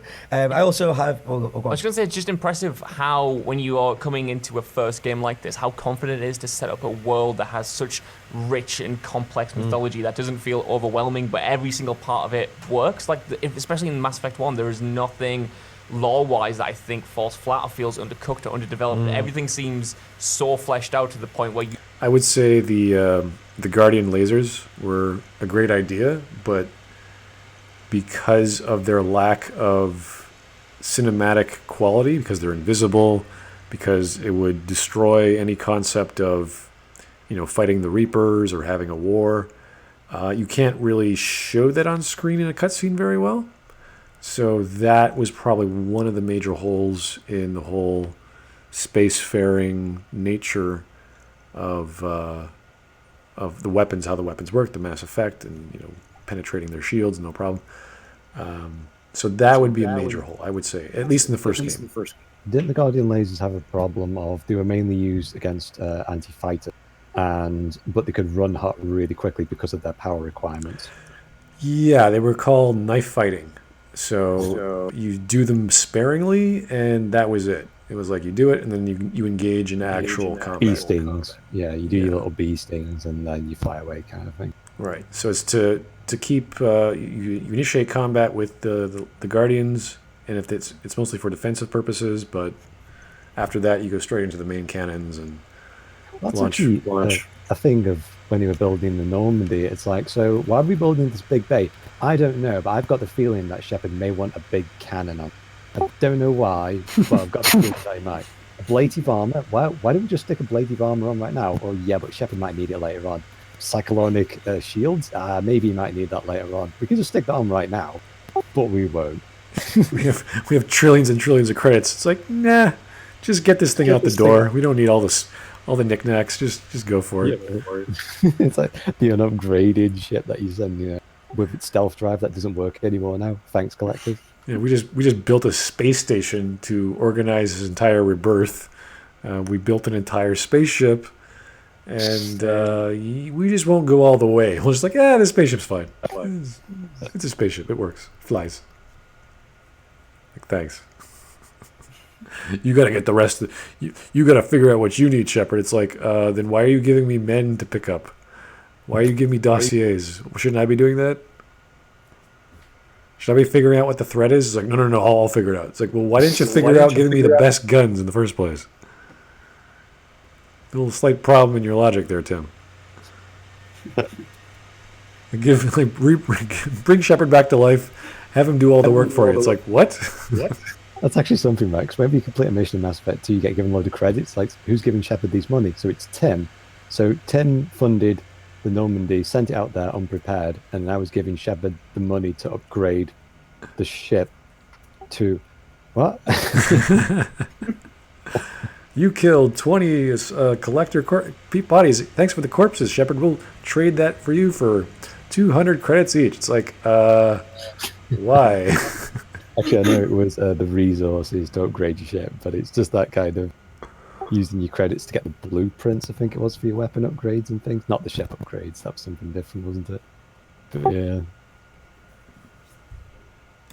You just want to soak it all in. You just want to discover every single thing you can and read all the codexes and have those conversations that the system is sort of set up to encourage you to do. Did you guys do the thing where you just sit down and put the codex on and just sit and listen to a whole bunch of different... I can read everything. I love the thing because they changed the way that guns work in Mass Effect 2 because they started taking ammo instead of the little, I forget what you call the filament of metal that was melted in Mass Effect 1 to make bullets, but whatever.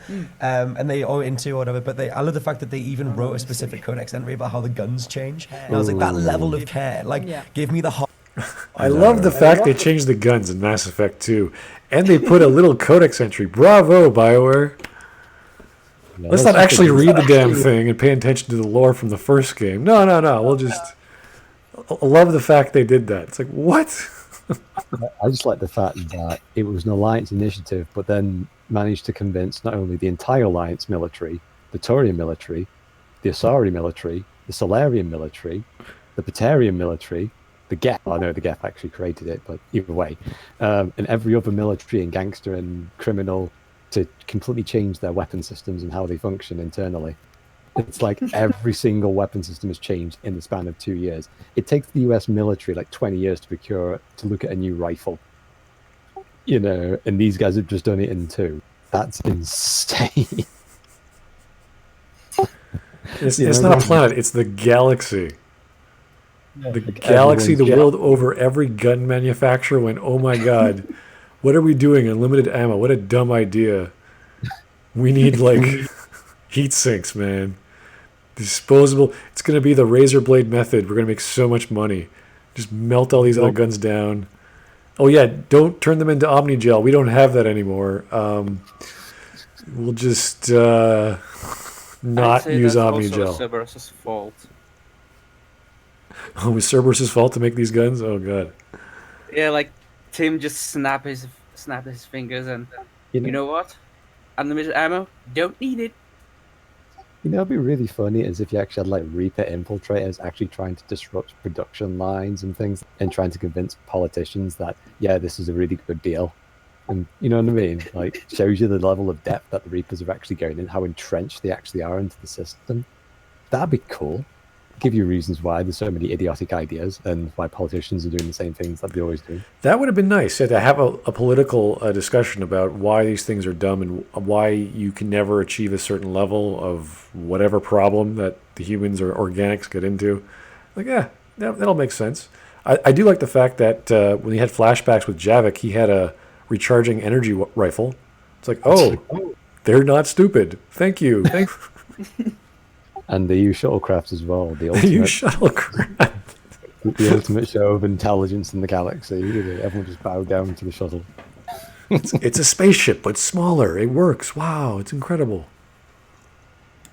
I want sci-fi fantasy ever, and I want a whole team of creatives to have thought every nth degree thing out. Mm-hmm. Yeah. But they didn't.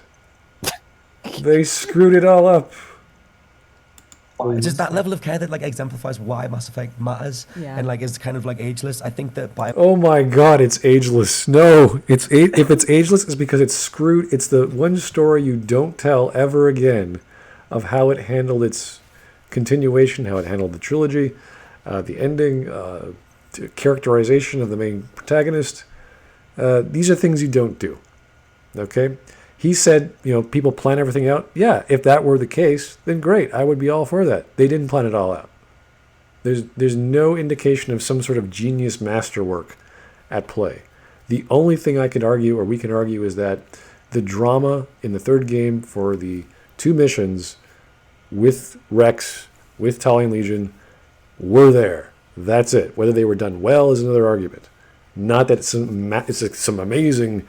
legendary, it's going to be ageless. It's no, someone's going to come out 10 years from now, some new studio, they're going to get all the dialogue choices figured out, they're going to get all the gameplay figured out, all the branching paths, they're going to make 3 games, and it's going to be amazing. That's going to happen. It may not be on the same scale, it might be even bigger, who knows, but that will be the game we hopefully look at. I would really like to know if you basically shout onto someone Mass Effect 1, 2, and 3, and they've never played it, and you after each game you ask them about their reaction, or you just watch them play it. It would be really interesting because that would probably convince you that it's not ageless. Not because of graphics, but because of the story and the gameplay. It's like a generic space opera that was the first of its kind to do voice acting with proper lip sync. That is its claim to fame. Everything else is generic as hell. You might say, oh, they got some really good alien character designs. Okay. Asari, pretty cool, pretty sexy. They got the whole look going. They got the lore behind it. They got the history. Take the inspiration from Star Wars. You have the Force. You have biotics. It's their own thing, in a certain way. Fine. Okay. Great. They're playing off the concept of Star Wars. They have their own niche little space opera appeal. Other than that, nothing. Nothing is new. And I'm not saying they're supposed to be new, but was it done well? And we can only point to the first game, as well as for drama, on how these stories worked. There was way more drama in the first game. than the second game in terms of setting up characters, setting up scenarios. Individual stories, you can say that they were dramatic here and there for the vignettes. Those were short little things. Not knocking them, not saying they're bad. They're not on the same level. So when you do get to Rannoch or you do get to Tachanka in the third game, you know where they're going with this. They've been building up to that. That's why it's dramatic, not necessarily because it was well executed.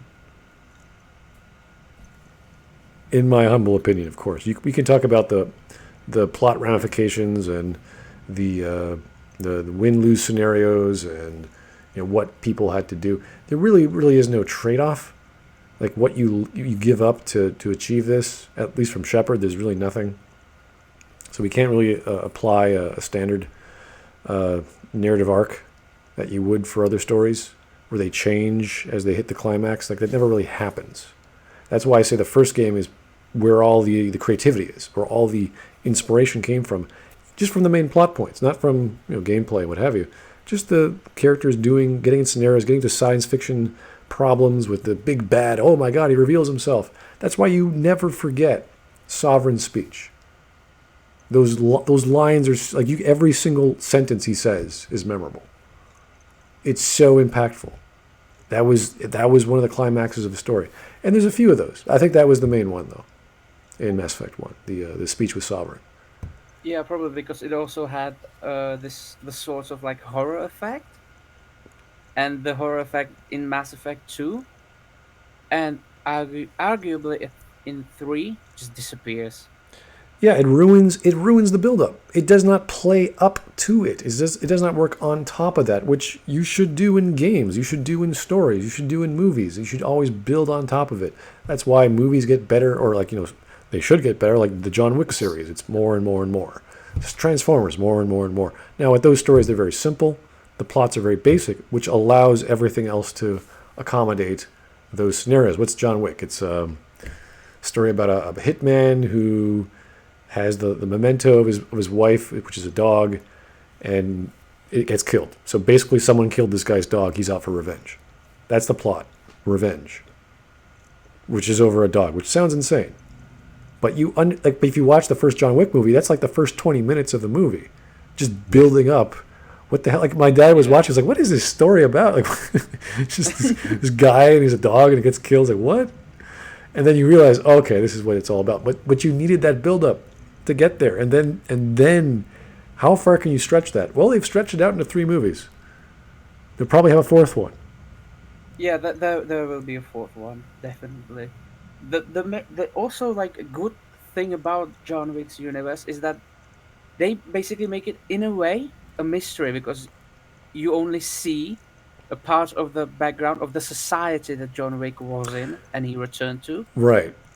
And in a way that's like really it just makes you interested in the universe, because wait, what are these but codes? they need to, once they show the mystery, they have to go to another mystery, because if you keep going down the same mystery, it becomes less mysterious because it's no longer a mystery.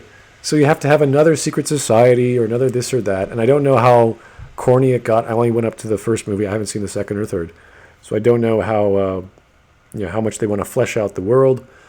It's the same thing with Mass Effect. If you start fleshing out the mystery, you have to be very careful. And we saw the problem with the collectors with the whatever the hell they were doing exactly at that certain point in time, whatever the hell they were trying to do in the third game at that certain point in time, in the way they did it, why Earth was important, all this bullshit, which took away from the mystery and the awe and the fear and all that good stuff that was set up in the first game. Just sort of, we'll just take the spirit of that, but not actually apply it. Like in my opinion, John Wick does it really well with the mystery part. Like right. It really just makes you really interested in it, even though you just want like more and more. Yes. They will just show you like only bits and pieces. They won't like in the second in the Mass Effect 2. They won't just explain everything to you. The concept and the plot of John Wick is so simple It's easy to understand. Everyone gets it so clearly. So once they get that out of the way, once they figure out, oh, this is a story about a guy about revenge, they can focus all their time on production value and making Keanu Reeves, train him in jiu-jitsu and everything, other guns and all these things, make these amazing set pieces and just go through that emotion of revenge. What is this guy willing to do? How dedicated is he to his job? Because in John Wick, he gets the crap beaten out of him. He's an amazing assassin, but he nearly dies a few times. He's not immortal. So I really like the fact that they made a realistic world, even if it was extremely fantastic. Like it was fantastical with, a secret society of assassins with like gold doubloons as coins. It's like what's going on? There's a guy you call to pick up all the dead bodies and do a cleaning. All these ridiculous tropes. It's like, oh, okay.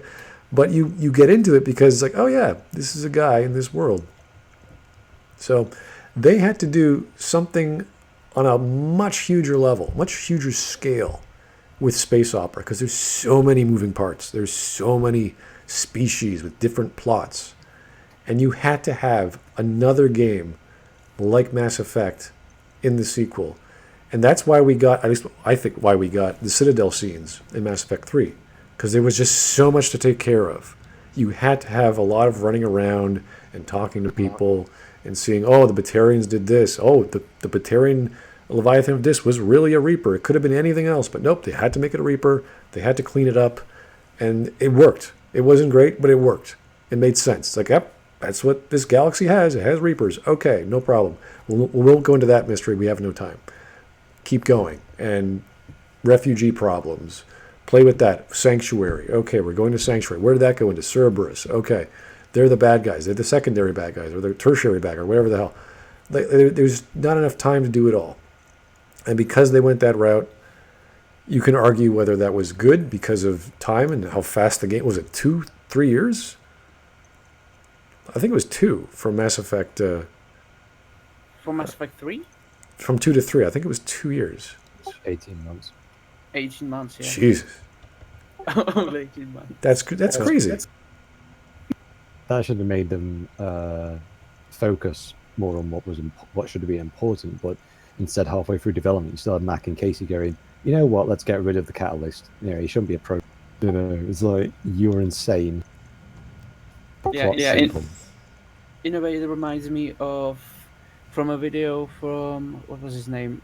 It was he had the name Historian, and he made the Why Fallout 76 fail, and there was just Todd Howard saying, we need 16 times the detail. No, stop it. We're gonna need multiplayer. No, just don't, please. Like, probably in that way. Which, like, Mass Effect 3 had the problem of, as you said earlier, the problem of wrapping everything up. Which probably is also why, for example, John Wick didn't wrap it up. Even though John Wick didn't expand it as Mass Effect 2 or 3 did. They just showed slightly more. They didn't show, like, everything. Which is a great balance. Mass Effect 2 just wanted... From my opinion, the Mass Effect 2, they only focused primarily on action and wanted to explain everything to you in, like, the action style more. Like, if you, like, don't need to know... You only get the basics, and if you want to go into more detail, you have the codex. But the problem of explaining everything is that the mystery is gone. Even though one could argue you don't know what the collectors are until, what was it, like middle of a game? Where you go to their ship. I think that's, or maybe that's like 2/3 of the game. I remember the problem is that you basically, before you attack them, you basically know everything. Which in a way, they made a slight mistake, I would say. That if you listen, we know, even though they made this point, listen, we know where we'll probably go, but we don't know totally everything. Which in a way they said, but you knew everything. It all got reduced to shooting them with your guns, which could have happened Yeah. outside of, you didn't have to go through the relay. You could have just laid a trap, which we did, which it was just this really bad idea, or really non-intelligent solution that Tim should have thought of in like 10 seconds and thought, that's a stupid idea, I won't do that. Like the mind of Tim and his resources and how he plans things out, like it would have been like, this is dumb. Why are we doing it? Why are we launching ourselves into a relay that could kill us instantly without testing the goddamn thing first? Like it's stupid. It's totally crazy. Like, oh yeah, let's put all our eggs in one basket and launch it into the wall. Hopefully we won't smash all the eggs when we hit the wall. And really, when you think about it, it makes you miss the horror elements or the mystery elements, because there's no mystery. You know what they are. You know where to go. You know what you have to do. Then you just make a decision if you want to keep the base or destroy the base, and that's all. Yeah, it would have been really cool. What if you do get to the center of the galaxy, whatever that place was? It's a graveyard. It has all these ancient ships that tried to get there. What is that? How did they try it? Like, what were they trying? Like, all these stories you could have tried to shown off this gateway to get to the next level of information, to understand the mystery of the Reaper galaxy or whatever the Reapers are trying to do. You have to keep going through more. You have to go through the Protheans and their struggles. You have to go through some other species that died and figure out some of their things. Like, that's the sort of stuff that should have kept going. Like, it should have been more than just the Protheans. There should have been other species that are older than the Protheans, that you find some archive of the Protheans. They have some their own archaeologists, and they found some other ancient race. It's like, what? As opposed to getting, oh, you know what? There were other ancient races, and they had this thing called a gun that we've never heard of before, and some of them made a barrel, and some of them made a handle, and there's a muzzle, and there's like all these components. You're like, what is this? It's called gun. We don't know what gun does, and let's just put it all together. It's like, what? Like, this is not logical. This is not something that any military leader would ever think on. Even if it was a Hail Mary, they'd be like, well, let's actually have a Hail Mary that has a chance of making sense. Like imagine making a big gun. We know what gun does. It shoots things. Okay, make a really, really big gun. How long will it take? 2 months. Well, we'll lose half the galaxy, sir. Do it. It's our best bet. It'll rip right through the shields of Reapers. Do it. That would have been at least practical, at least logical, as opposed to just use this ancient architecture design of a thing which might do something. We don't know what. And then it ends up actually doing nothing. It literally does nothing. Yeah. It connects with the Citadel and the zip. Shepard doesn't know what to do. No one knows what to do. What happens? Another Deus Ex comes out of nowhere. This is not good storytelling. This is not good logic. No military commander would do this. It is just dumb on top of dumb on top of dumb. And it didn't have to be that way. I'm taking back what I said about Mass Effect 3, that they took away the mystery, because there was a mystery that you don't know what that big gun you're building does, but it didn't matter. You were not interested in it that much. I myself was never interested in that gun. I was just more interested in finishing the story. Like, okay, we are building it, but I'm more interested in getting the fleet together. All right, we're We're not even halfway done, guys. Let's keep going. That level of depth, because we can segue into Andromeda. Ooh, yeah. No. I think like it's weird with Andromeda, because I remember me and Jules once filmed a 45-minute discussion where me and him just debated it, and the camera ate the footage, so we never got to put it out. But at the time, I think because I was loving Mass Effect so much, I was trying to defend it more than it like clearly allowed, and based on like some of the animations and then reading the Kotaku report about how much went wrong and everything. But just I guess like initial, because your reaction was like, oh god, Andromeda, and mine totally is too. But where are we at on Andromeda now? It's more, oh god, the conversation of Andromeda, because I definitely sit in the camp where I've defended it a lot more than it deserves as well. But that's because I don't know.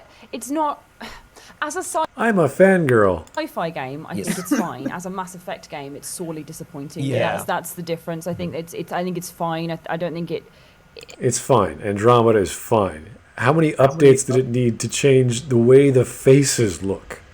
Well, I just like the idea of the decreasing quality of AAA gaming. Let's just ignore the $100 million, the 250 people working on it, the 5 years of development, and the latest AAA technology that Bioware has. It's only average. It's like, that's insane. It's that bad, and it was entertaining enough. I did everything. I did all of the different side quests and Right. everything I could. Like, I was one of the people who committed all of my time to it, and then took a break from gaming for like 2 months. I can't do anymore. We might need to God. do a whole list on that because Days Yeah. Gone I was did going that to say, for this you. is my days gone. This Yeah. is exactly what Oh happened God, with me. video games that made us give up being gamers. Just for a little bit. I think there's something about that sort of contrast in the way BioWare designed their newer games. I sort of noticed it the most in Dragon Age Inquisition, where it's like, here's a massive play space, here's things to do, but they don't necessarily push you towards them very much. And I think, like, for Andromeda, like reading the Kotaku thing about what the game was meant to be, they apparently sort of stumbled upon the same sort of tech that No Man's Sky then went with, where they were going to generate like so many different planets and you would go from place to place. And that in itself, the exploration would be the drive. Yeah. But that doesn't come through in Andromeda because they crunched it to what, like 3 or 4 planets? There's not very many. I think it's a bit more than that, but I could be wrong. I want It's to a very say small I want to say amount. Yeah. 8, but that Right. could be incorrect. Some of them are quite small little hub Been worlds. like and stuff wiped too. from my memory now. Like, I remember did the ice everything planet. and then just was like, ugh, get it out. Like, Yeah, I remember the ice planet. I remember thinking that looked pretty cool. But even then, they're sort of just like stock planets, like the ice planet, the one with the floating rocks. Like, Yeah. it was very just like sci-fi 101. But I mean, consider how much time you put into it. There are things that you can highlight as good. Like the combat model's way better. Definitely. I Yeah. think, well, for me, it was. I actually, again, I'm with Ash, and I quite enjoyed Mass Effect 3. Even the ending didn't annoy me as much as it annoyed a lot of other people. So I was still, like, quite hyped for Andromeda. I thought it was Right. going to be good. And then I played it, and for me, the first 10 hours or so were just a slog, and I didn't know what it Yeah. was doing because it's so unfocused and so disparate with its mechanics and its systems and its storytelling that I just didn't have a focus or anything to sort of gravitate to. So I was trying a bit of everything and not really finding a flow or a loop. And then after about 10 hours, it suddenly clicked that this isn't necessarily a Mass Effect game. Like you said, it's a Yeah. decent sci-fi game where you are exploring new worlds, you're trying to make them hospitable, and you're engaging with the combat way more than you ever did in the other games. And I think that for me is where it started to shine, when you were just sort of, attacking bases Right. and defeating enemies out in the wild rather than looking for the focused story stuff, because sadly that wasn't there. But Oh my god. It's not a Mass Effect It's not a game. really good Mass Effect game. It also doesn't have very good storytelling. I wasn't so sure about the gameplay. I wasn't sure, like, how is this a good game? How is I it a like good the science idea. fiction game?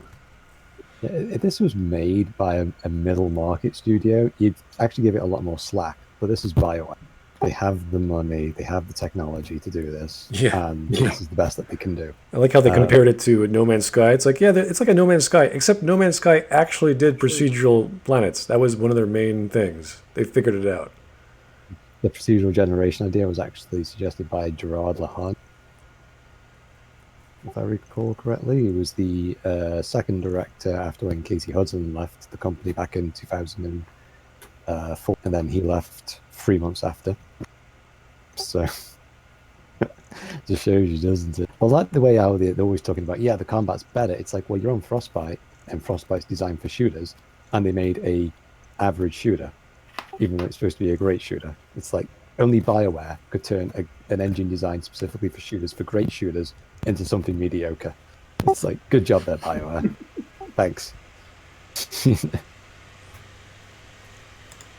there was still a compelling enough game underneath all of that baggage to find. It's just, I hate it when people recommend me games and then they just say, oh, it gets good after 10 hours. It gets good after 20 hours. I do that to every me. day. I know, that's why It's I don't. always me. And that's why I don't play any of them, Scott. 'Cause I feel Final like Fantasy VII's really good. a game should grip you in the opening Yes. hours, and it shouldn't take that long to get going. But for me, that's the one redeeming feature I did have about Andromeda, is that eventually I found something to enjoy.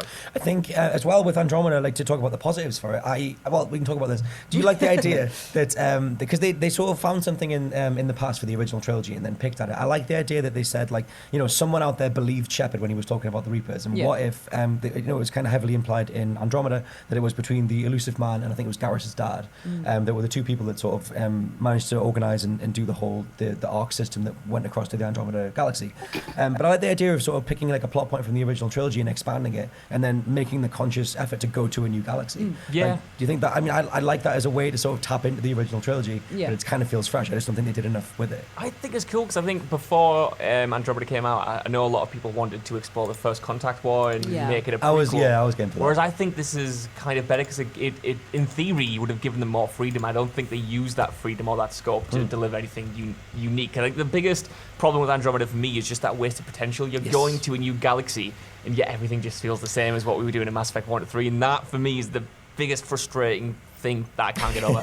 I absolutely agree with that, because the thing that sealed that shut was that they didn't even include all like the original races from all of the other games. Like the Quarians weren't there, the Hanar weren't there, the Drell weren't there. All these like different people that they could have brought in to make it feel like lush and varied, rather than just slapping the Angara down and being like, "Hey, another humanoid alien." Yeah, Like, We have one. new, That's like, the weirdest thing when you look back on it. That like, yeah, now obviously you have like the Hanar, and I love what the hell do you call the big ape dudes that speak literally every time? Elcor. The Elcor. I Yeah. adore the Elcor. But I remember at the beginning of Andromeda when I was still giving it the benefit of the doubt. Obviously, the facial animations broke a few days beforehand, Yes. but whatever. But narratively, I like the idea that everything goes wrong when they try and get to the Andromeda galaxy, so they arrive like bit by bit. And I kind of thought that was, in theory, like could have been a way to address like different races and cultures coming back together again. it could have, but they didn't do it. If they'd have dripped. How do you screw that up? How do you get from a really long trip where you're in whatever subspace or whatever you want to call the Mass Effect corridor, where you just lose each other?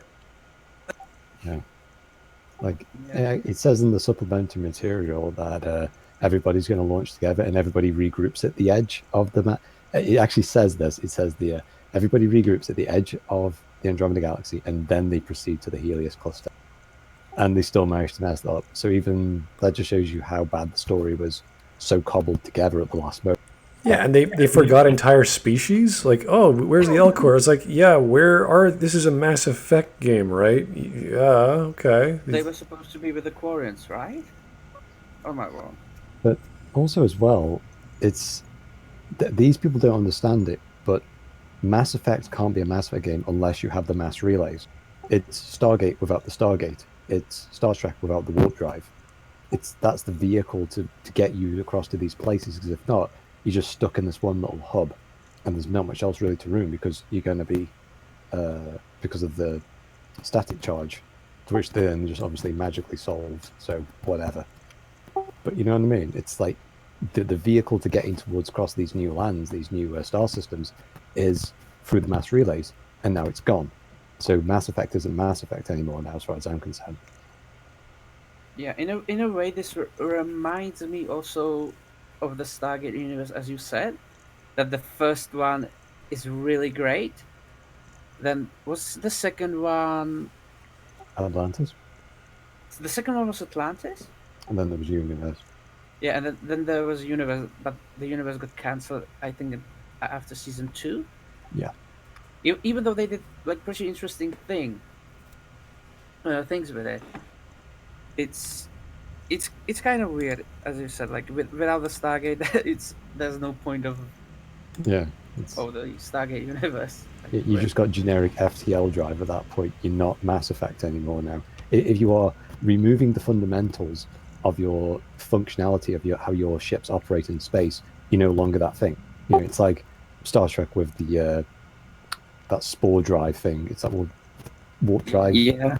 There's no point to it now, is there?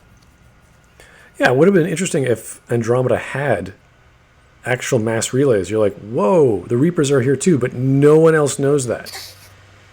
And the audience is like, well, I know why those are here, Yeah. but no one else in the universe has ever heard of the Reapers. And then as you learn from the what is it, the guy, the benefactor and the Turian guy, like they were talking about, it could be these guys who funded the mission, that as you go by, you start figuring out what made us come here, aside from the promise of exploration. And then you discover this plot underlying everything. That would have been great. That would be another retelling of the Mass Effect mystery, and how that change never came to the rest of the universe or the rest of closest galaxies, because the Reapers were here. Maybe they're coming back. Maybe there's another branch or flavor of Reapers out there.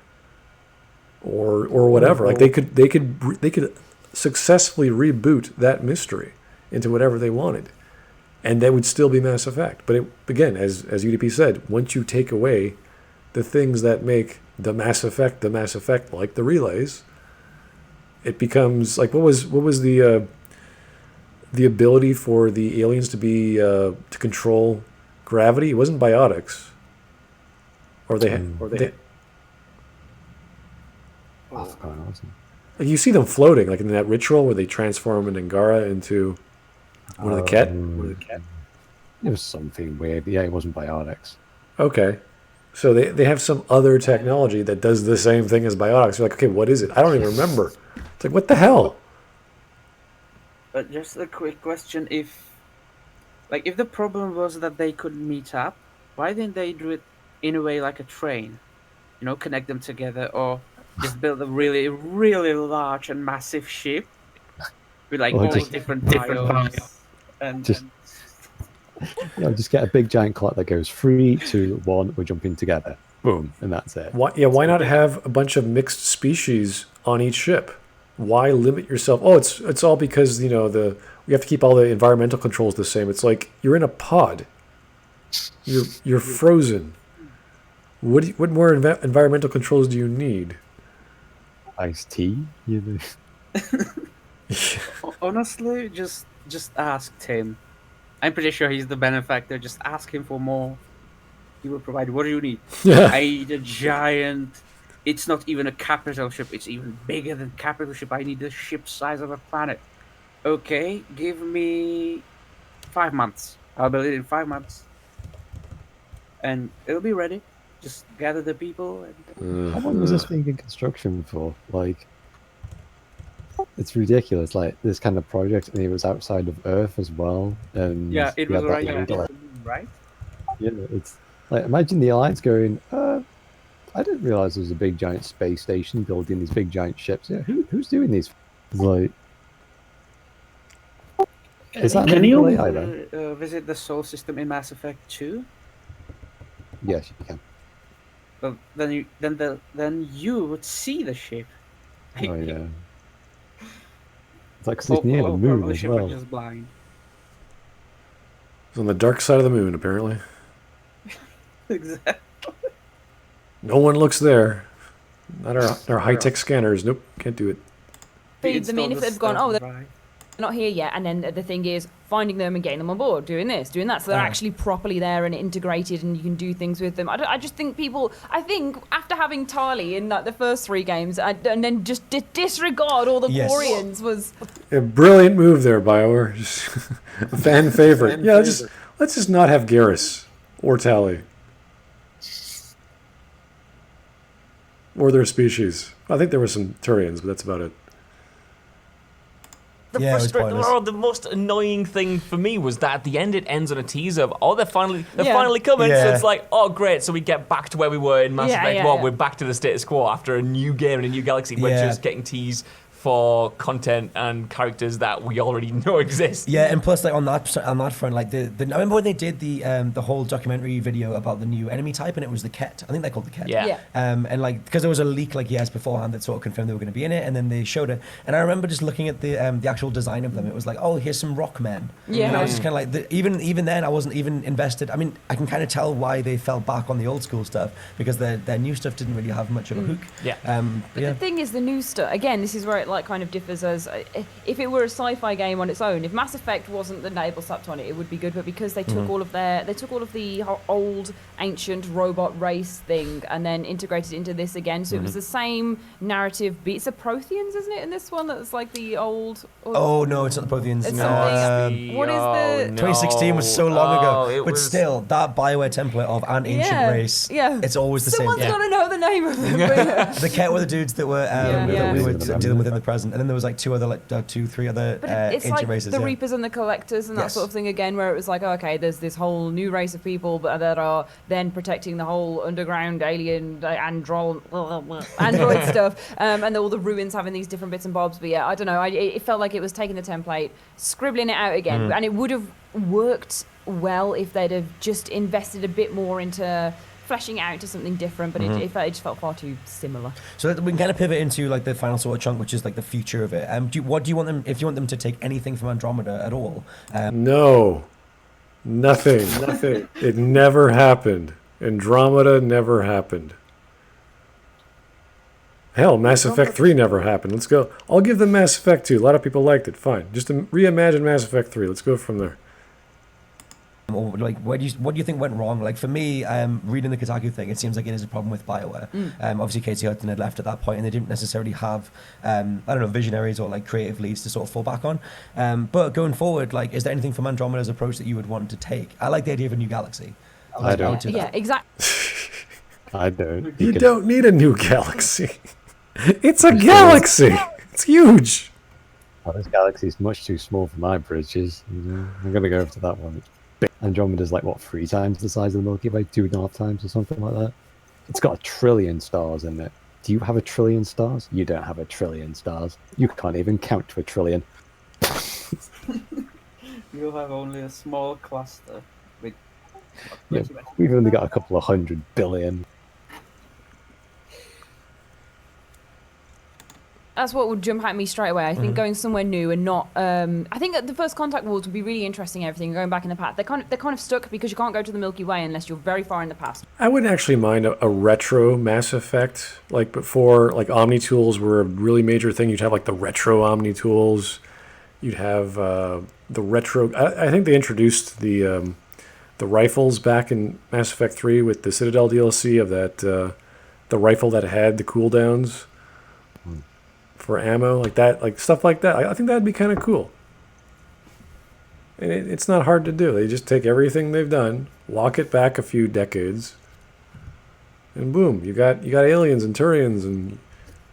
Yeah, they could totally do the First Contact War, where you would be like a normal sergeant just fighting.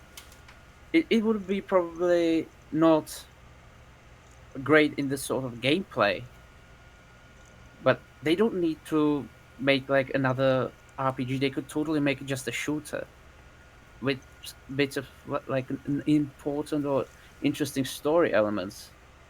I don't think that's a great idea. I think people actually want to have the dialogue wheel coming back with the choices mattering.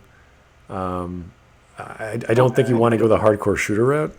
Well, the thing is, though, is that truth be told, Bioware's never given 2 hoots about your choices mattering anyway. So why start? It's like done this whole idea of why did they want to run away from the Milky Way when they could have easily just retconned Mass Effect 3? Is it like, are they that ashamed of it? Do they know that they messed up completely? I think they do. They can tell someone else's story during the events of Mass Effect 3 and just have it all off to the side. Totally work.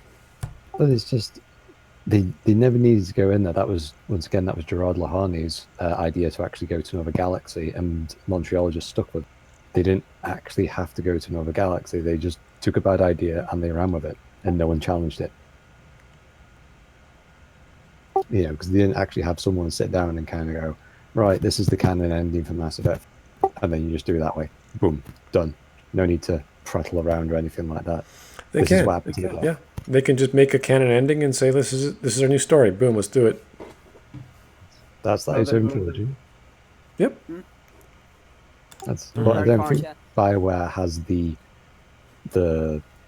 confidence really to do that, because they're so busy second guessing themselves. Well, they're too busy messing around, really, as we found from their writing staff, who like leave everything until like the last possible. They definitely need a writer to just say, listen, this is what we're doing. Yeah. And all your opinions, I really respect them, but no.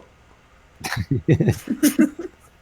think that's the problem when they have that kind of roundhouse of right, let's everyone agree and everyone has an input. And Yeah, like, no, I think that's fine, but not when you're actually writing the story. It's when you're coming up with ideas, and then when the writer says this idea that you really wanted won't work because of these, dozens of logical explanations. Like, you can't just do what they want because everyone agreed upon it. You can't do that. It's the same with gameplay. If gameplay doesn't work, you have to change things up. Like the concept of having dynamic worlds being created on the fly. It's like, okay, we can't do that, so you have to change things. Well, so if anyone tells me that, like, if I was doing this back in like 2008, and someone like, want to do procedural generation, someone told me what the engine is, and it wasn't a custom built one. They're like, we're doing it on Frostbite. I would slap them so hard that they wouldn't even know. They would go back to flipping the Curse engine or something like that. I probably Sorry, say the they fact- were afraid. So the Fracture engine was the engine before Frostbite. Future, and I think messing around with the Milky Way more is you don't want to like crap on the memory that you've made of 1, 2, and 3. The ending is already done. You don't want to crap on the memory of the ending of Mass Effect 3? What? Just make a canon ending. Done. You can do that in 20 minutes. Done. Guess Highlight. what? Shepard destroyed the Reapers. The end. What happened? Play the game. Shut up. In this story, Shepard's not here. Capiche? That's it.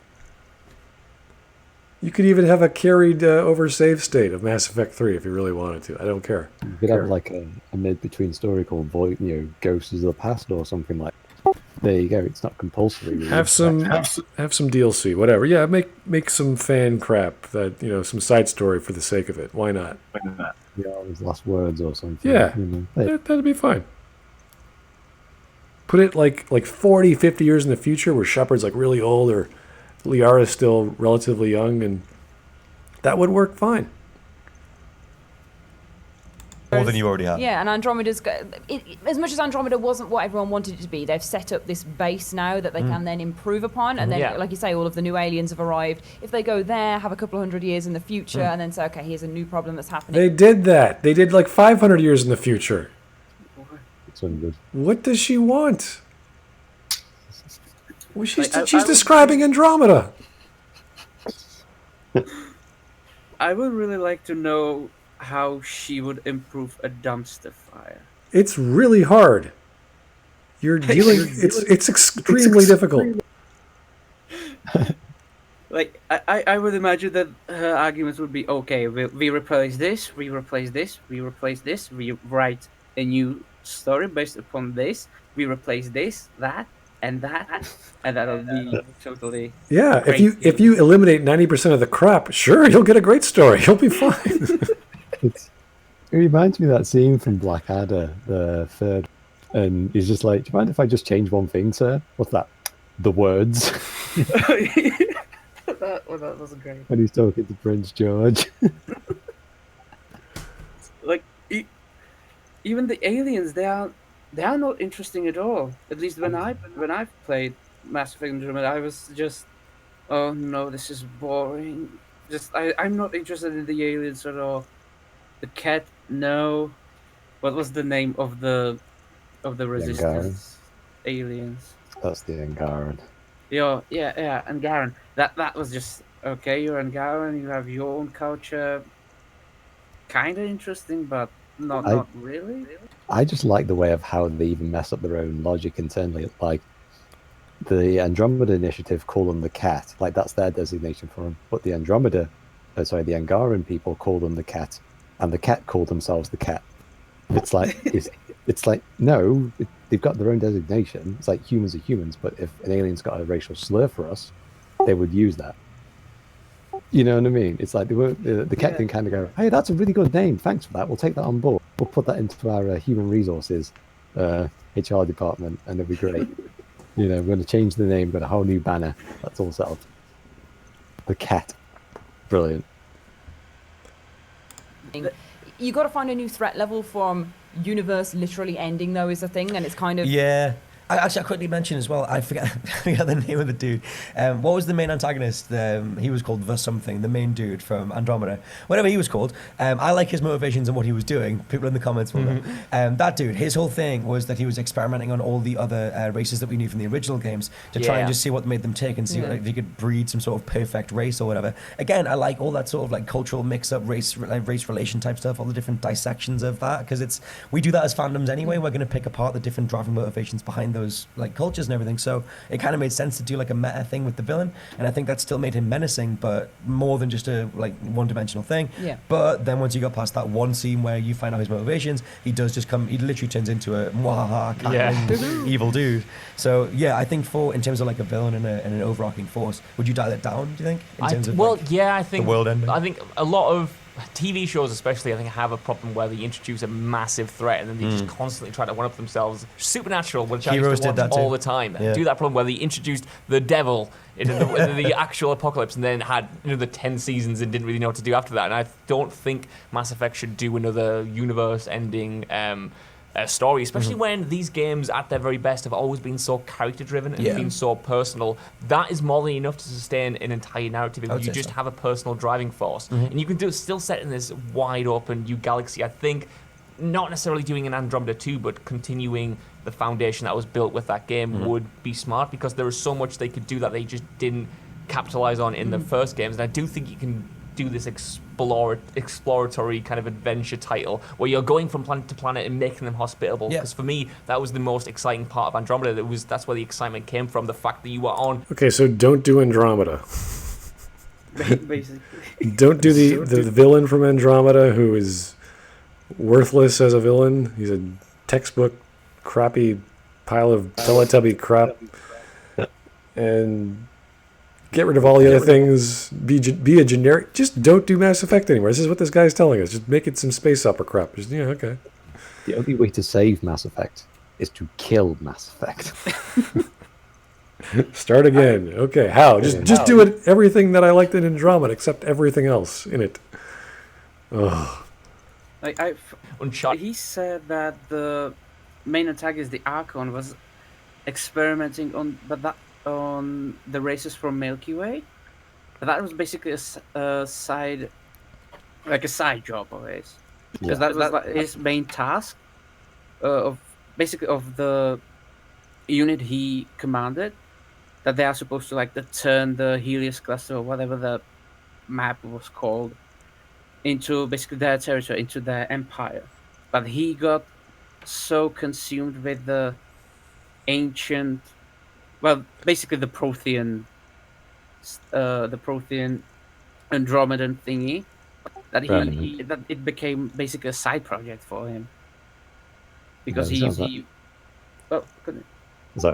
not that many Krogan humans and Slayer to experiment on. There's like 20,000 apiece. So yeah, that's why would he waste time if he has this Meridian thing that when he gets it, basically turns every planet into whatever he wants, if I remember correctly. The plot was just so bad I forgot 30 minutes after I finished the game. He's trying to control Meridian, which would then enable him to control the remnant monolith things, which could then wipe out the entire planet. So it's why would a terraforming device enable that to have its own nuclear weaponry? It doesn't make any sense. Yeah. Of lands, and they could be anything. It turns out they were just the regular old ice planets. But if you do a second one, you can really go all in on that idea. Yeah. And if you have a clear focus and don't get wrangled by your own ambition, you can make those varied planets, and you can make each one distinct and interesting and have their own history and lore for the player to explore. Yeah. I mean, the stuff with that as well, because at the end of all those planets, you would push a button and it was completely environmentally terraformed, that. And I thought that would create so many. All the wildlife would die, just all these different things with the that's storms. just how it works. The button knows. They're just fine. Yeah, the button can tend to those little geckos that are burning alive, or whatever. And I think, but that would be another way for them to do sort of what it's like interfacing with a whole new bunch of people who don't want you there, and maybe you need to try and convince them of something, or you're just not meant to be there. And you can make decisions within that, and maybe you should just leave some people alone. I feel like the easiest thing for them to do for another narrative is to introduce this sounds weird and dumb, but a zombie thing, not as in everyone turns into zombies, but as in a disease narrative is the easiest way to do and they could have something that's oh my god, it's cross species, we don't know what to do with it. There is a disease narrative. It's called the genophage. It's called the entire Quarian people. What? Should we stop watching this? These guys have very little idea of what they're talking about. I feel my IQ points dropping by the minute. You said zombie. I'm are you serious? Just a quick question. the Quarians' lore was built up on them leaving Rannoch, Mhm. and they basically because of their immune system they had to start living in these suits. Yep. Is there a planet in Andromeda, especially in the Helios cluster, which has like 24 systems? Well, I- everyone would have to go through some kind of inoculation process, which would go through extensive bio research on that planet, because there'd be a whole range of diseases, fungi, and a whole manner of things trying to eat you, obviously. But the amount of people that probably go for anaphylactic shock just because they touched a flower, So it's not just the Quarians; it's yeah. just the environment. So she's recommending a zombie plague or whatever kind of disease that would be the problem to solve, which sounds strangely like the Babylon 5 Drock plague of Excalibur, where Yeah, that's what it is, isn't it? yeah, you have to race against time in 5 years to save the human species. That would have been better if that was the bad guys, like why they're so hard pressed. Yes. Like they've got a degenerating thing, and that's why they're trying to consume everything. They're just bulldozing everyone to find the solution. Yeah. Like I'm trying to think now. The newest game one I can find is probably the Grenier from Warframe, and you also had the what was that alien race from Voyager, the one that stole people's organs. Oh, the phage. Is that what No, that was the illness they had. No. Oh, that might have been nice. But those kind of people, like, they're a tragic of their biomanipulation or something, and the only way that they can replenish themselves is to literally graft other people's DNA onto themselves, give themselves a temporary reprieve from the disease that they got. It was the Yeah. Vidians. The Vidians, thank you. Probably people are already typing that in right now. Probably I googled it. You know what I mean? Like something like that gives the bad guys a motivation. It's kind of like it's a tragedy, and that's what you want. That's what made Saren, is that he's realized what was going on and realized that, well, we need to make themselves more appeasing to the Reapers rather than simply being wiped out. Yeah. But they have all that in the space opera world of Mass Effect already. You could even argue Indoctrination is a version of that, or something that would still connect to the Reapers, even though the Reapers are like, that'd be interesting. Even though the Reapers are gone, or argue if we made them gone, like the gods are gone, but their problems still are around and are still impacting the mortals. So there's like people who worship the Reapers, but they're like, you're trying to explain to them those guys are gone, they're not going to come back, but they still have the voices in their heads and it just keeps spreading. So that could be something like you're picking up all the remnants of these ancient godlike creatures who are no longer here, and it could still work, and you could still learn about the mystery of what they were, because apparently every Reaper is each independent nation unto itself. So you get all these independent stories. You can go crazy with deistic symbolism of, this was a culture of mathematicians, this was a culture of farmers or whatever, and all the stories and music and songs that can originate through that. And you can go through all the Cthulhu mythos of what powers they granted and all the enemies and disgusting creatures that you could fight. So there's all these opportunities to tell way more stories in the Mass Effect universe, still using Reapers, even though the Reapers are gone, or just nothing to do with control or synthesis. I think will be just fine. Basically, you turned off the Reaper.exe, but you didn't turn off the Indoctrination.exe. Yeah, right? Essentially, it's still there. You still have artifacts. You still have people being brainwashed, and they just, their gods are silent, but they still hear the voices. If that makes any sense. So we can keep going. I don't think we're gonna get too much wonderful dialogue out of these people. Do you guys want to keep going? It's up to you. I don't mind. All right, we'll keep going then.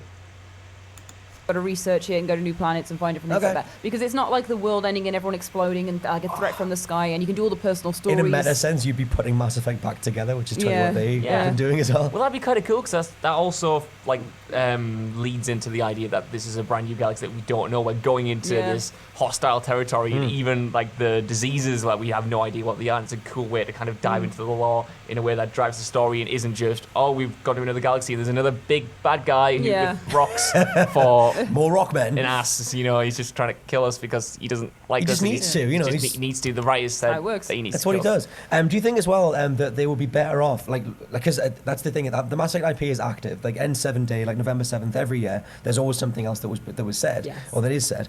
Casey Hudson mentioned last year that because they did this whole video on N7 Day last year in 2018 about like, what does Mass Effect mean to you, and they went through all the different employees. And Casey Hudson's returned now, who was the creative director on the original games, or from two of them anyway.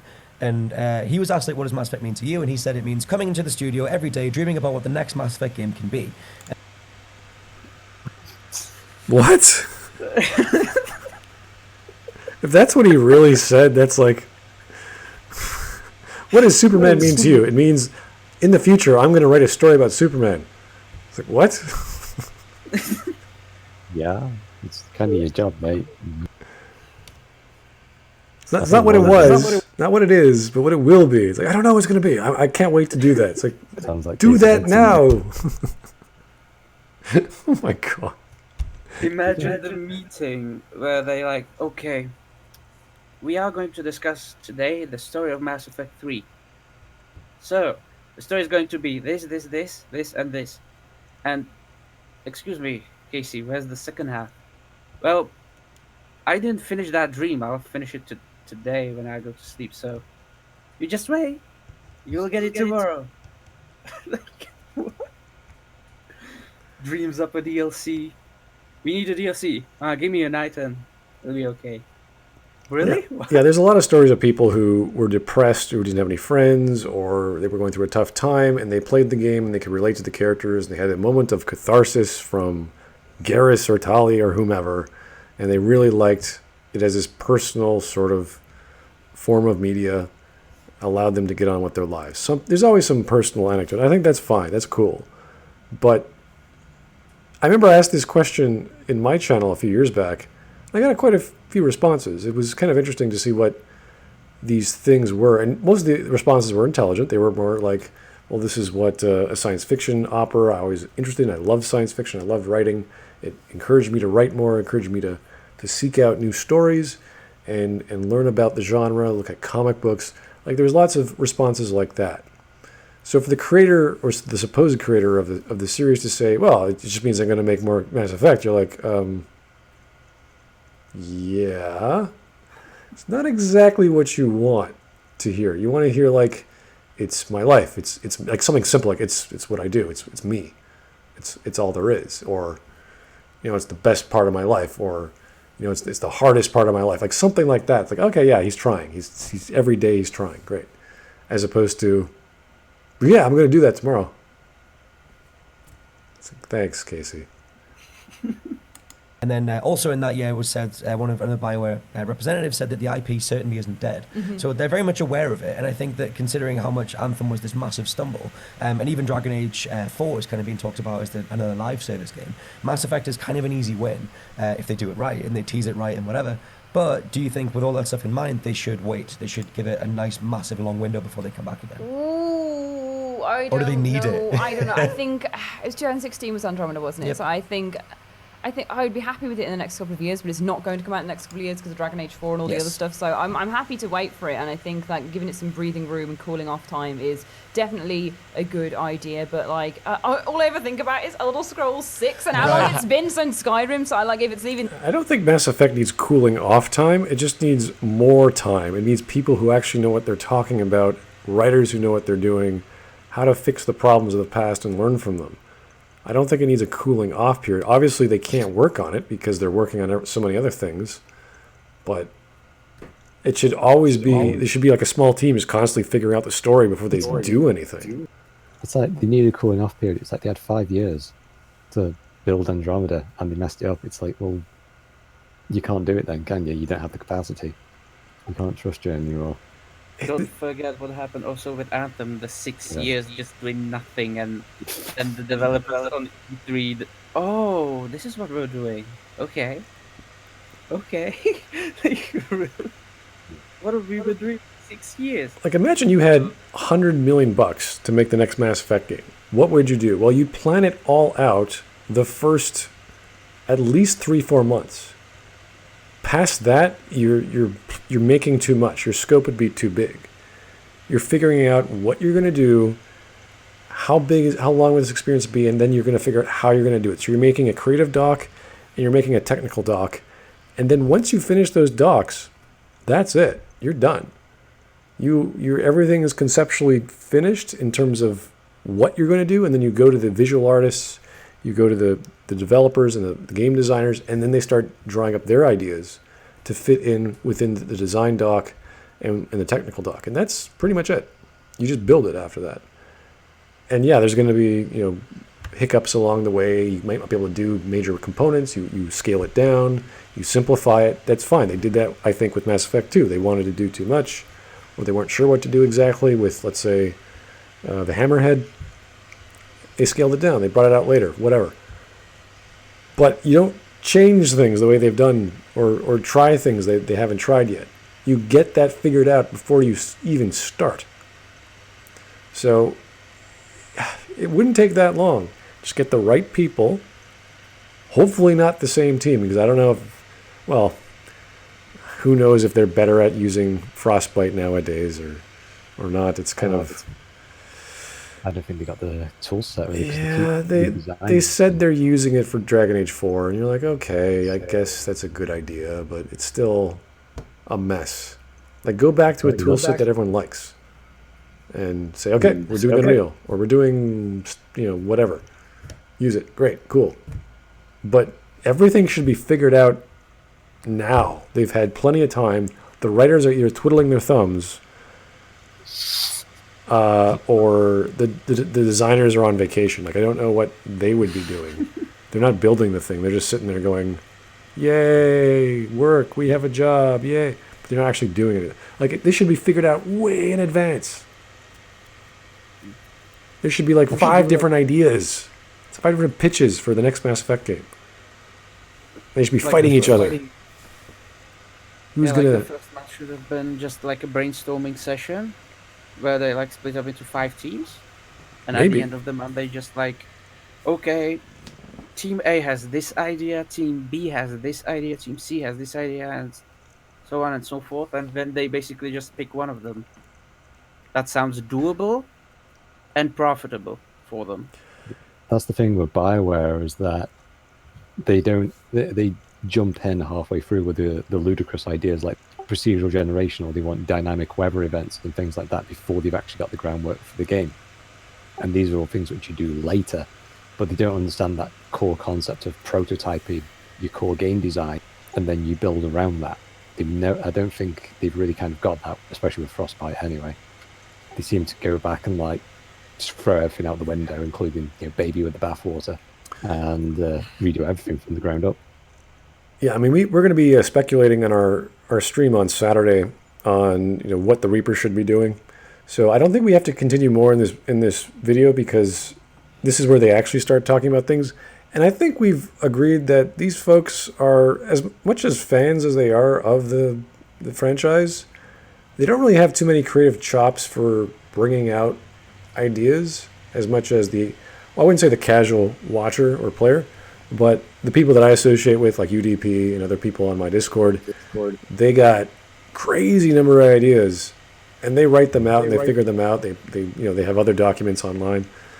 And you should see the Skype channel.